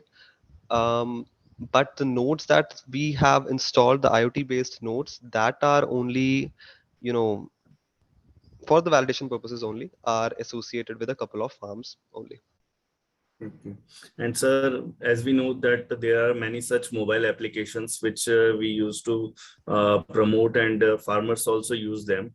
Can you just differentiate or tell us that how Right. this application is different or more market driven than other mobile apps like Cropin or Fasal? So before going through, I mean, of course, before starting, we we did our homework of going through what are all the applications that are available. So applications, I mean, I won't take names, but there are applications which are successfully, classifying crops and insects that are affecting them, and they are doing it in a remarkable way. I mean, their confidence levels are amazing, but we are trying to go in a more holistic way. As we said, we have 4 modules right now, but we are actually working upon integrating even more. So some of the hints that I can give is that we are trying to associate the satellite imagery from different satellites. Each satellite has its own resolution, and that resolution, I mean, to achieve that resolution and to achieve that data is a challenge. Then we are also working with weather forecasting. We have commodity pricing prediction. We have a chatbot. We have experts.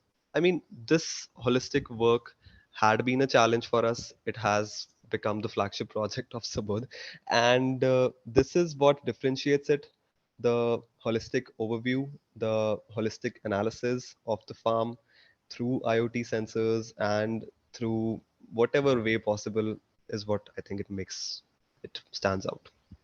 Yes, sir. And sir, as we can see that there are some difference between the reality and the expectations in all the perspectives. So can you Mhm. just tell us about the reality and expectations of the artificial intelligence and IoT for sustainable farming? Right. Uh, okay. Again, the expectations are that, I mean, the research says that AI is successful in classifying images in, like, achieving 99 to 99.9% of accuracy.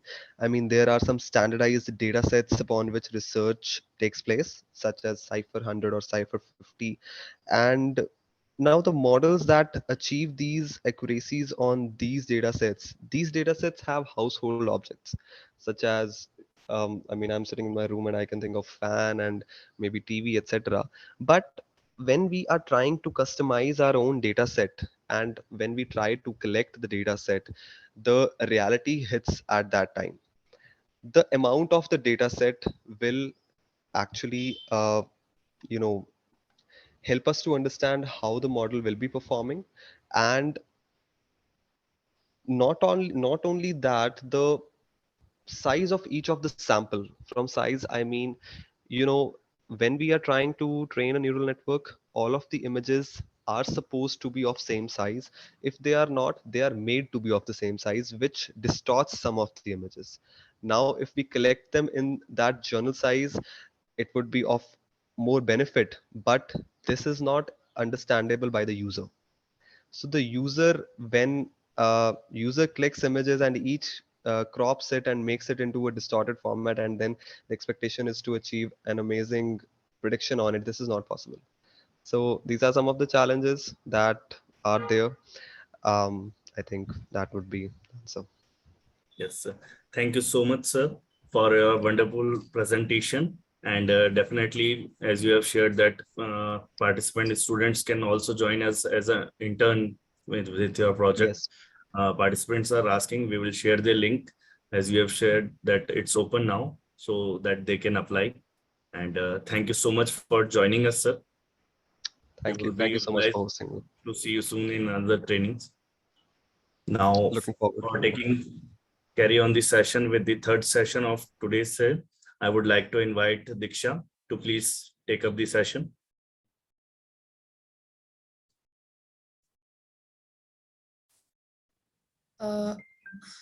Good evening, everyone. Thank you so much, Piyush sir, for the session. Now I would like to introduce our third speaker for today. I am Diksha Pradhan, and I warmly welcome our guest of honor and the speaker of today's session, Sir Pritpal Singh, Dr. DPS Badwal sir, Organizing Director of this Training Cum Workshop Program, committee members, and most importantly, all the participants of this 21-day event. A brief introduction of our today's speaker, Sir Pritpal Singh. Sir is an agripreneur and a hydroponics enthusiast. He is the founder and CEO of FarmCult, which was established in the year 2020. FarmCult is an agri-startup for cultivating and delivering chemical-free, naturally grown vegetable to customers, which is based in Chandigarh. In his past years, Sir has also worked in ICICI Lombard as territory sales manager and also in HDFC Ergo General Insurance as manager. So we are done with the introduction. Over to you, sir. Thank you. Thank you so much. That was a brief introduction from Team Just Agriculture. So before I start, I would like to add a few points. So I have been into agriculture. I mean, taking agriculture as a full-time career. It's been more than 6 years now, and I never had any second thoughts about this transition that happened for me. And it's a field which is of great potential. And so let's start with today's presentation. I would like to share my screen.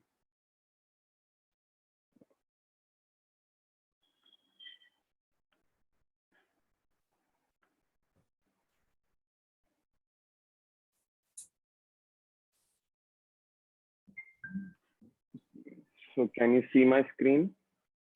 Yes, sir. Okay, perfect. So we'll be talking about hydroponics as a subject today. So I'll take you through the basics of hydroponics, the technical aspects of hydroponics. How can we start? What are the challenges? What are the advantages?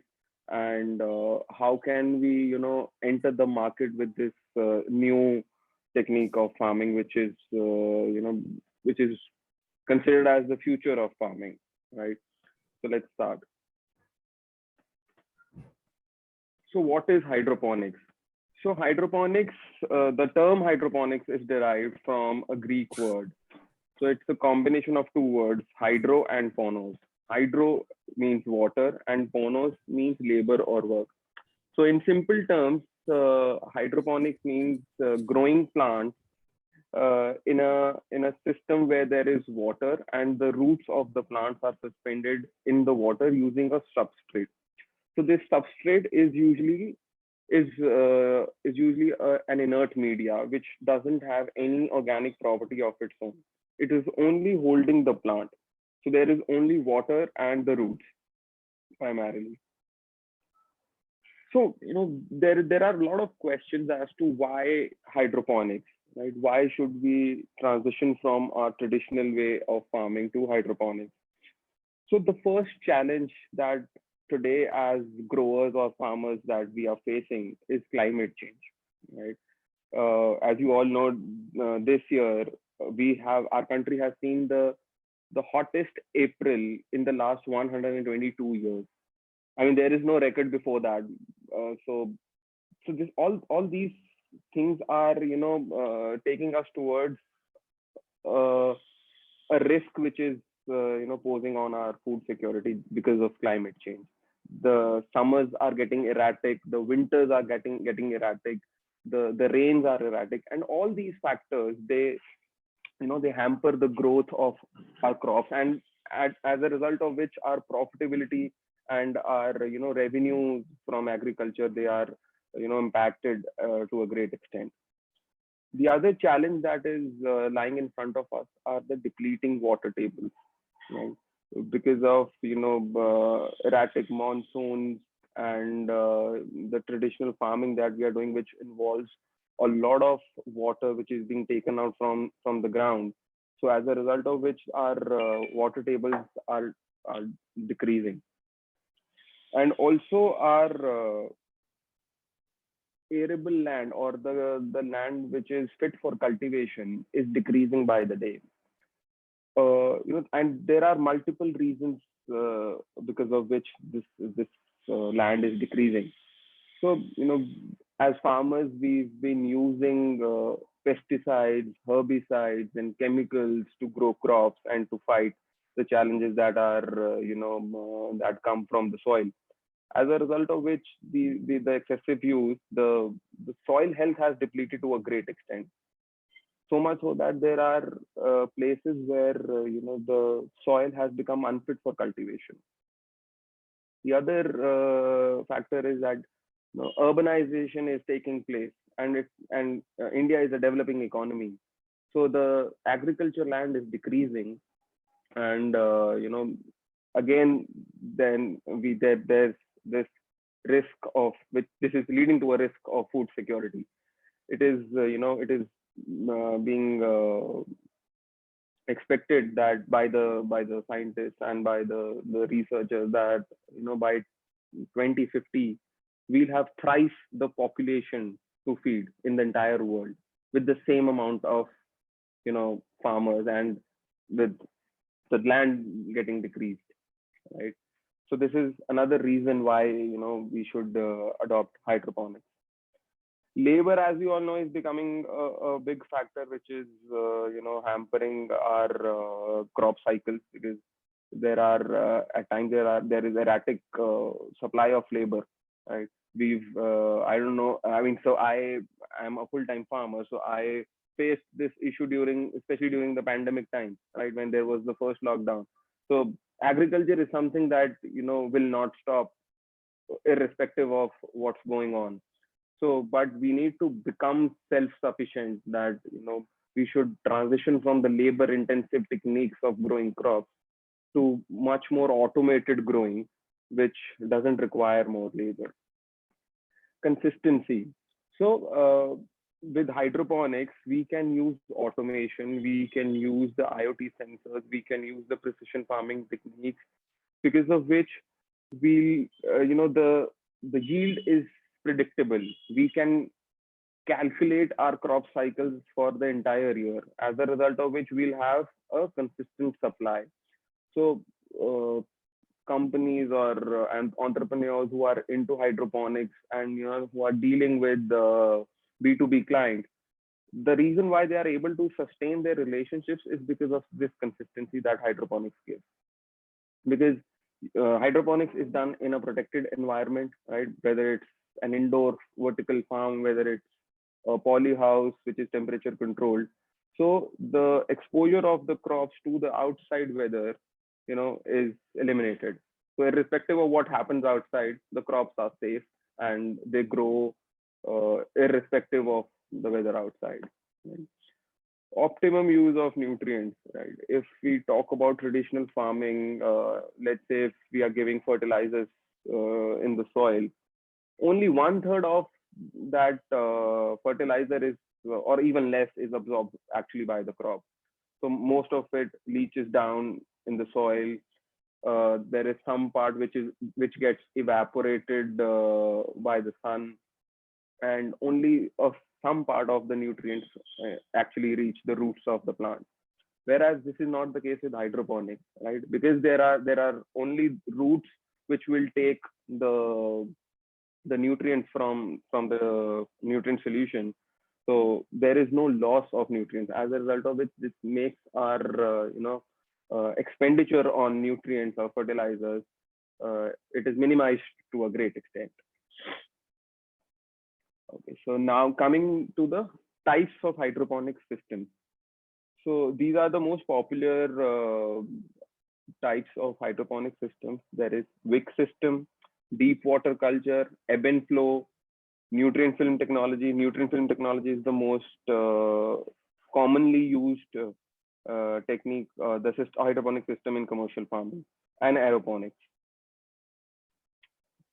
So wick system, this system I would say has not been used commercially. So if someone is taking hydroponics as a hobby, or you have to grow a couple of plants at your home, so generally that is where people use wick system. So in wick system, so there is typically a nutrient solution, right, which is there in a tank. Not basically a tank, it's just a container, and the roots are suspended in that nutrient solution using a grow media. It can be coco peat, it can be a raft, it can be perlite, it can be any inert media, and the nutrients are absorbed by the roots through a wick by a capillary action. So that is how the plant gets its nutrients from the nutrient solution. And although I mean, technically you should add a pump also, an air pump, so that the water or the nutrient solution gets oxygenated. But when you are growing a couple of plants, it's generally not required. But yeah, this system is not commercially viable. Okay, so deep water culture. In deep water culture, we need to have a very big reservoir of nutrient solution, and the plants are suspended in a raft. So this is usually a thermocol type of raft, where the net pots in which the plants are there are suspended in that nutrient solution reservoir. So for the entire life cycle of the plant, the roots are suspended in that nutrient solution. So there is no movement of water here. So because there is no movement, that is why we add an air pump which oxygenates the water regularly. In a lot of commercial farms, people have tweaked this system, where they change 50% of the water every week or every 10 days, so that there are no problems of pathogens and algae coming in. The next system is ebb and flow. So ebb and flow, in my personal experience, I've seen people growing seedlings in ebb and flow and not the actual plant, right? So in ebb and flow, you have to create a table. On that table, there is an ebb and flow tray. So what happens is that there is a separate nutrient tank, and from that nutrient tank, the nutrient solution is given in that tray through a submersible pump, and there is a flood irrigation that happens in ebb and flow, and the water enters the entire tray, stays there for a while, and then it is drained out. So it is a little cumbersome method of growing big plants. So that is why it is mostly used to prepare the seedlings or the nurseries. Nutrient film technology, or the NFT technique, it is the most commonly used system in hydroponics, especially commercial hydroponics. So all those who have some experience or knowledge about hydroponics, you must have seen people growing leafy greens in white NFT pipes. So these are called the NFT channels. So these channels are placed with a minor slope, so that the water enters from one side, flows through the channel, touching the roots, and it goes out from the other end of the NFT channel and goes back to the nutrient solution tank. So why this is called the nutrient film technology is because when the water enters the the NFT channel, it forms a thin film or a thin layer of the nutrient which runs from one end to the other. And again, the water is being recirculated continuously. So the water runs in a closed loop. So if you're doing it in an enclosed environment, for example, if you're using this technique in an indoor setup, you might have to use an air pump for better oxygenation. Whereas if you are doing this technique, if you're using the system in a fan and pad polyhouse, you might not need an air pump. Aeroponics. So aeroponics is another technique of another system of hydroponics where the roots are suspended in the air and the nutrients are given to the roots using mist nozzles, right? So there is a mist that is formed, and through that mist, the nutrients are absorbed by the roots. So this is also a very, very as I would say, a difficult system. Why? Because you need to keep your technology on point while using the system to grow plants.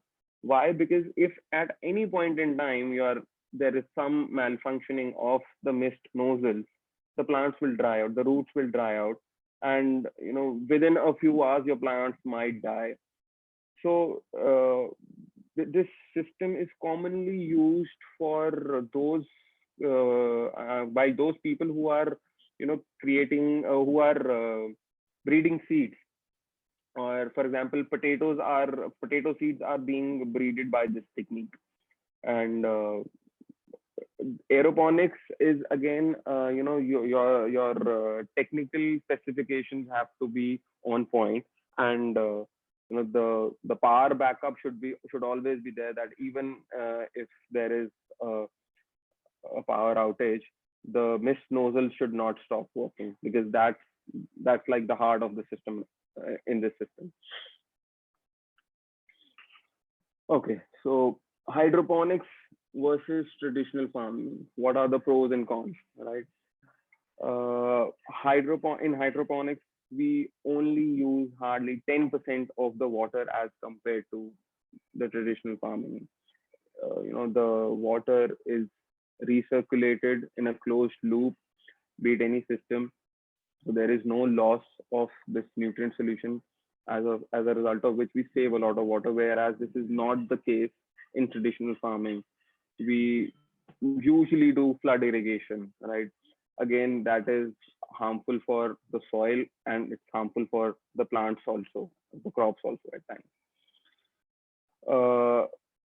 No pesticides, and it's termed as the cleanest form of agriculture. Why? Because we grow plants in a protected environment so that they are not exposed to the pest attacks, the insect attacks, because there is no soil, there is no fungus, because there is no soil, there are no weeds, so you don't have to use any chemical to grow your crops. So that is why it is a very clean and a green way to grow your crops. Same space, more production. Yes, definitely. I mean, hydroponics is a technique which helps us utilize our space better. For example, in an indoor farm, we can grow vertically and use the vertical space, whereas this can never be achieved in a traditional farming setup, right? So even in a small area, by increasing the density of plants, we can take more production as compared to the traditional farming. Super fresh. Okay, so hydroponics helps us create a farm to fork model, which becomes difficult in case of traditional farming, right? Let's say there's a metro city where in that heart of the metro city, you set up an indoor vertical farm. So you can, cater to the people living in that city from that farm within hours of the harvest.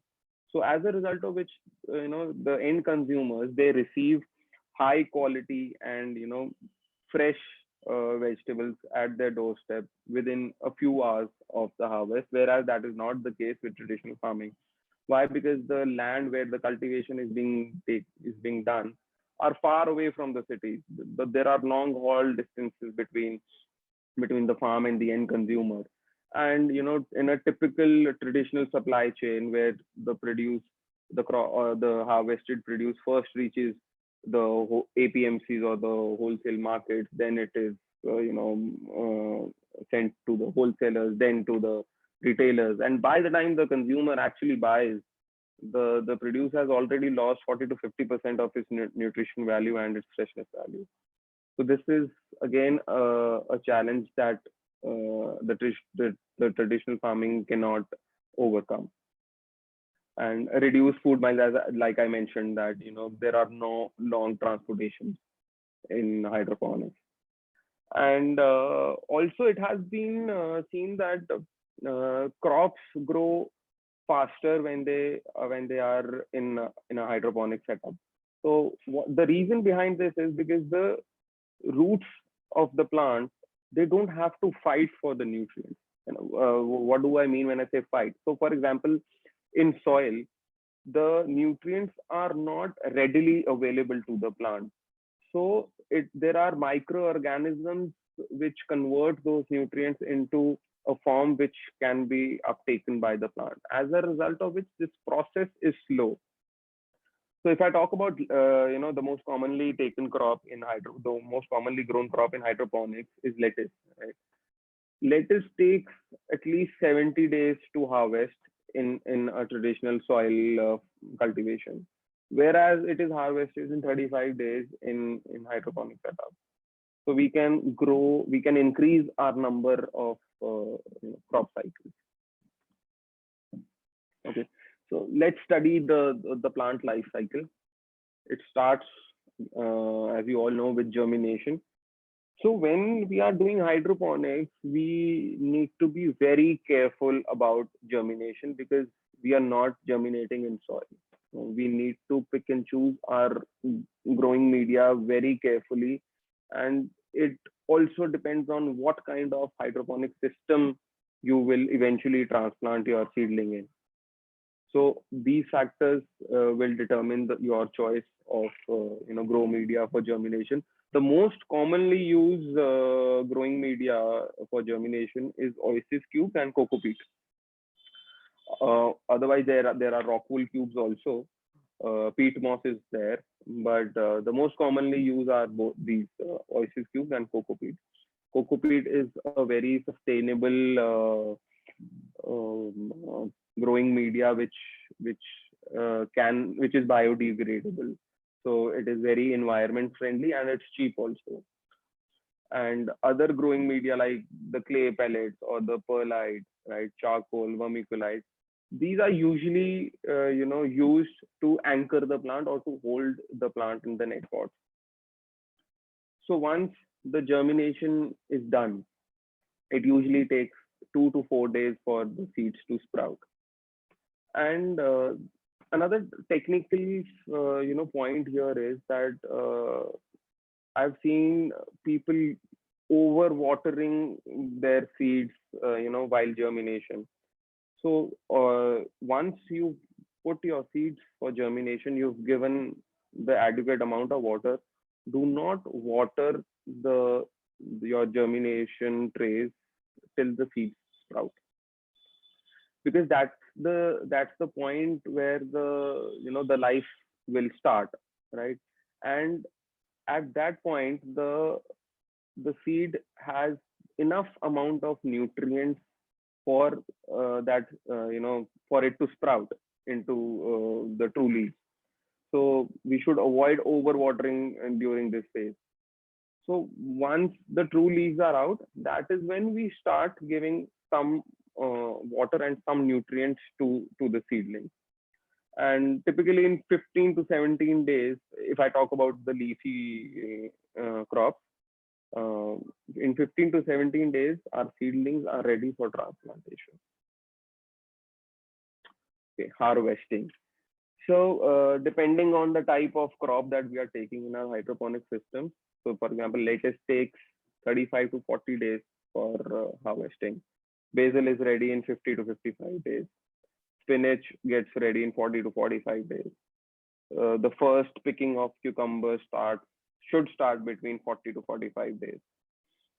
So this was the entire life cycle of the plant, starting from the seed to the harvesting.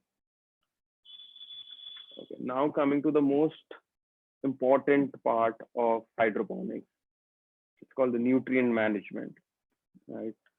So there are two broad categories of nutrients. There are micronutrients, there are macronutrients. Macronutrients are the nutrients which are required by the plant in large quantities. So these are, nitrogen, phosphorus, potassium, calcium, magnesium, and sulfur. Micronutrients are the nutrients which are required by the plant in very small quantities, but are again very important. For example, boron, manganese, zinc, copper, ferrous, all these are micronutrients, right? So how do we use these nutrients? So obviously we cannot mix all of them and give them to the plant. That doesn't happen in hydroponics. Everything is very calculated, right? So we mix the nitrates in one tank and we mix the sulfates in the other tank. So we create two stock solutions. These are called stock solutions, solution A and solution B. Solution A will have the nitrates and solution B will have the sulfates. And we add the micronutrients in the B solution. So then once we have prepared these solutions, both A and B, then we are ready to mix them and create our nutrient solution tank from where the plants will get their nutrients. So these are mixed in proportions according to the life cycle of the plant. For example, right when we have transplanted the seedling into our system, that is the time when we give these nutrients in a limited or a smaller quantities, so that if we give over nutrition to the roots, they will not be able to uptake the nutrients. So again, this pH is a very important factor which will determine the growth of our plant, because if the pH is too high, the plant will stop uptaking the nutrients and the growth will be stunted. Similarly, if it goes very down, then also the plant will stop growing. So we need to maintain our pH between the range of 5.5 to 6.5 when we are doing hydroponics. So when I talk about pH, it is basically the concentration of hydrogen ions in a solution. So it is expressed, so a solution can be acidic or basic depending on the pH level. But for hydroponics, the ideal range is 5.5 to 6.5. That is where the uptake of nutrients happens adequately for the plant. Okay, EC, or the electrical conductivity. So EC is again another important factor. EC is the total amount of dissolved salts in the water. The unit that we use to measure EC is millisiemens. So in layman's term, to simplify the concept of EC, it is how much nutrients or how much fertilizers have we added in our nutrient solution. If as we keep on adding the fertilizers to our nutrient solution, the EC starts increasing. So one thing that we really need to make sure is when we are, before we add nutrients to our solution, the plain water or the raw water that we use should be of low EC. If it is of high EC, we won't be able to add more salts in that water.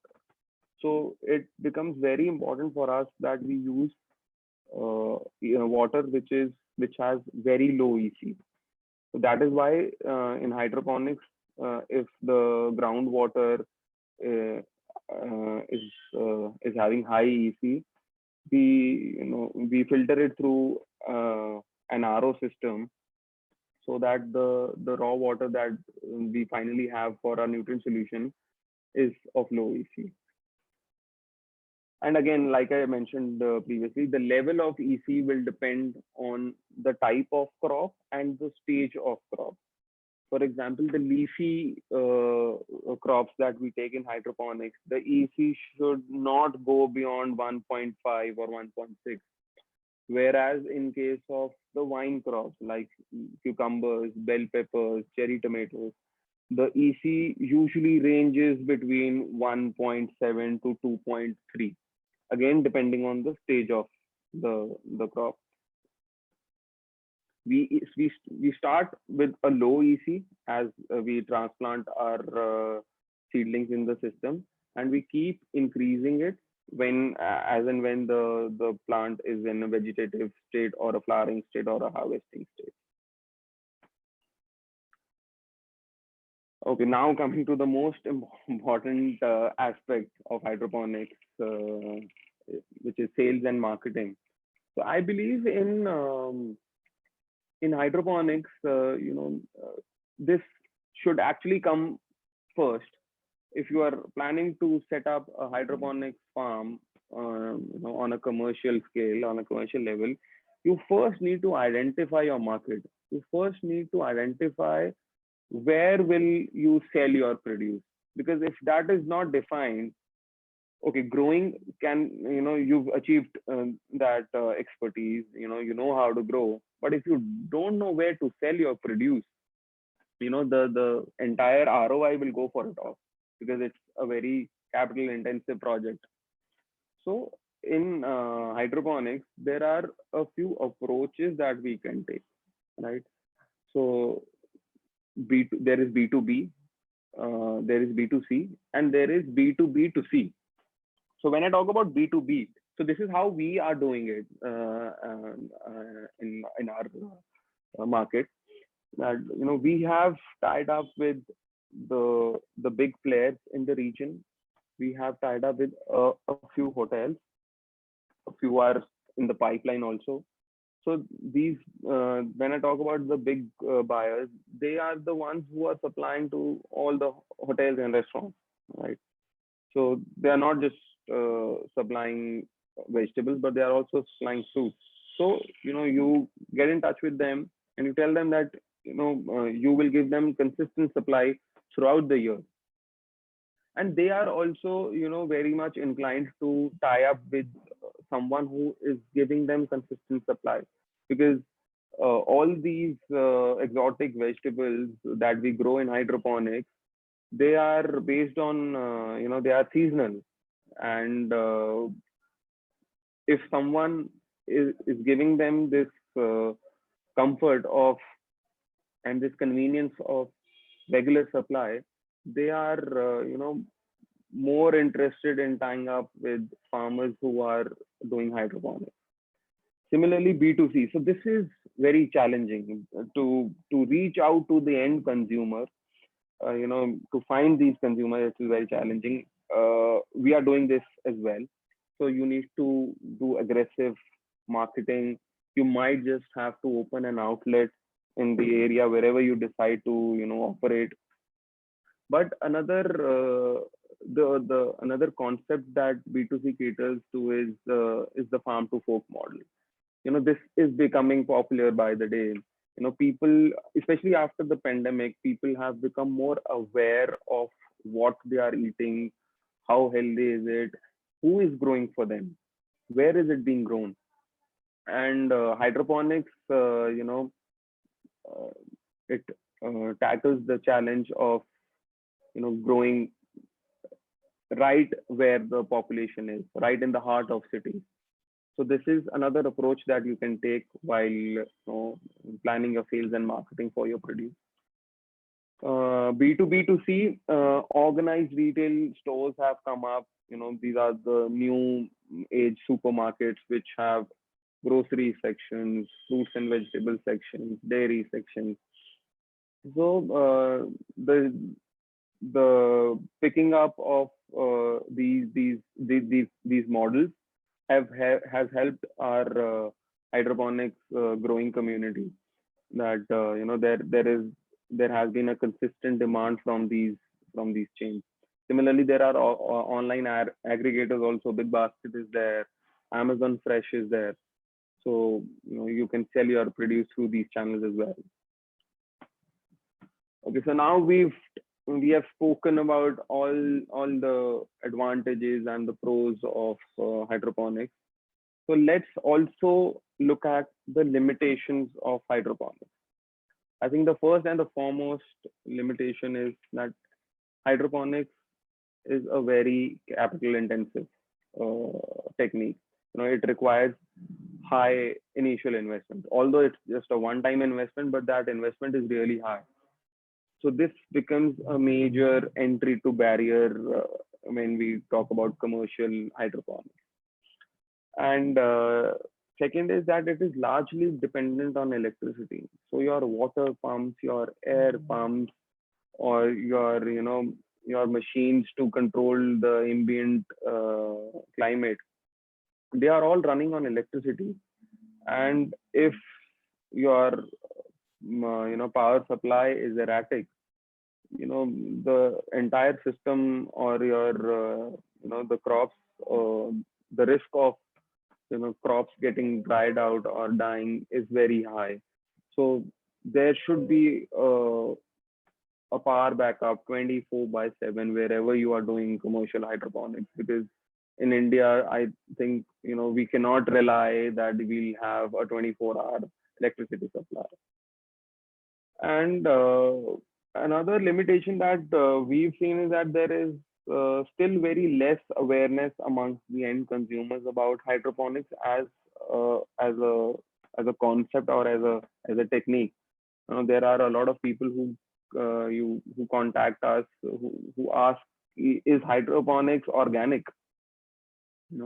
So the concept is very new in the market, but although I strongly believe that it has a huge potential, but there is a constant customer education that will have to go hand in hand with our marketing campaigns, because we need to explain people what exactly is hydroponics, why is it better than the produce that you are buying in your local mandi or your local vegetable market, right?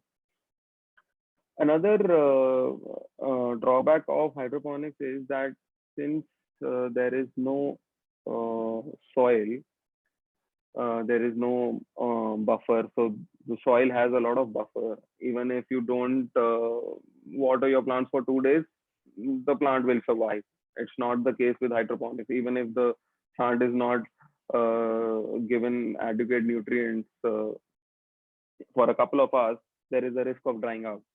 And also, if there is a disease that comes in your nutrient solution, it is circulated in the entire farm.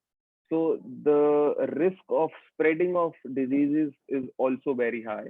Although the diseases generally don't come, but if you are not very conscious or cautious about your all the parameters that you need to take care at the farm, there might be a disease that comes, or maybe it's a virus, maybe it's a bacteria that has come in your nutrient solution, but it will spread like a wildfire in the entire system. So this is again something that you guys need to be very careful when you are doing hydroponics, right? So guys, this was from my side. I tried to keep it simple because hydroponics is although a very vast and a very lengthy, subject. So with the limited time that we had, I tried to touch all the points, and now I'll be happy to answer all your queries and questions that you have. Thank you, sir, for this lovely lecture. Now we'll have a short questionnaire session. I'll be reading out some questions that the participants have asked. Okay. So the first question is, what is the most cost-effective way to make a hydroponics growing system for lettuce? See, I would say the most cost effective, if only the cost is being considered, is DWC. But Yes. again, it has to be considered that DWC is being set up at a place where the temperatures are favorable for lettuce, which is 22 to 25 degrees. So if you are situated in a location where there are no extreme temperatures, you can go for DWC. Okay, sir. So next question. Can hydroponics be used to grow other plants and succulent varieties other than vegetables? Yeah, if I talk about the technical aspect, there are around 2,500 types of plants that we can grow in hydroponics. So you need to first identify what you want to grow, and do you want to grow it as a hobby or just as an ornamental plant, or you want to do it commercially. Right? Okay, sir. So next question. What are the things to be kept in mind to choose the right hydroponic system? So there are a lot of factors that you need to consider, while choosing your hydroponic system. For example, whom are you selling to? What will be your selling price? This is the most important question that you need to answer yourself before setting up a hydroponic system. So if you are only targeting B2B, so in B2B, the prices are not very high, but then you need to consider that you will be growing in volumes if you are catering to B2B. So then you choose your system accordingly. But if you are doing, let's say, B2C, to do B2C, you need to be very close to the population that, or the audience that you will be catering to. Then you will have to, maybe set up an indoor vertical farm, to cater to these urban population. So these are the kind of factors which will define your type of hydroponic system. Okay, sir. Another question, sir. Can we make a reasonable profit with a small scale hydroponic system? Yes, definitely. So if you are setting up a small hydroponic setup, let's say you are setting up a 500 plant hydroponic setup, right? So then you identify, you can choose, or that you target that I will only cater to 25 to 30 families in my circle or in my vicinity. You pick those 30 families and you cater to them.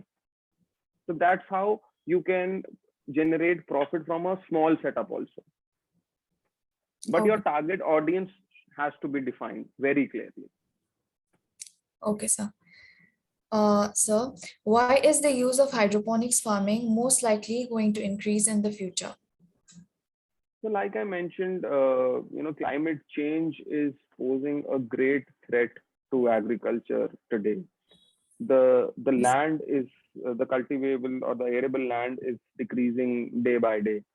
So we need to produce more to feed the population. We need to grow more using the same or less amount of land. So that is why hydroponics will be the future. And the sooner we adopt it, I think the better it is for a population like India, where we have 1.4 billion people to feed every day. Yes, sir. So the last question.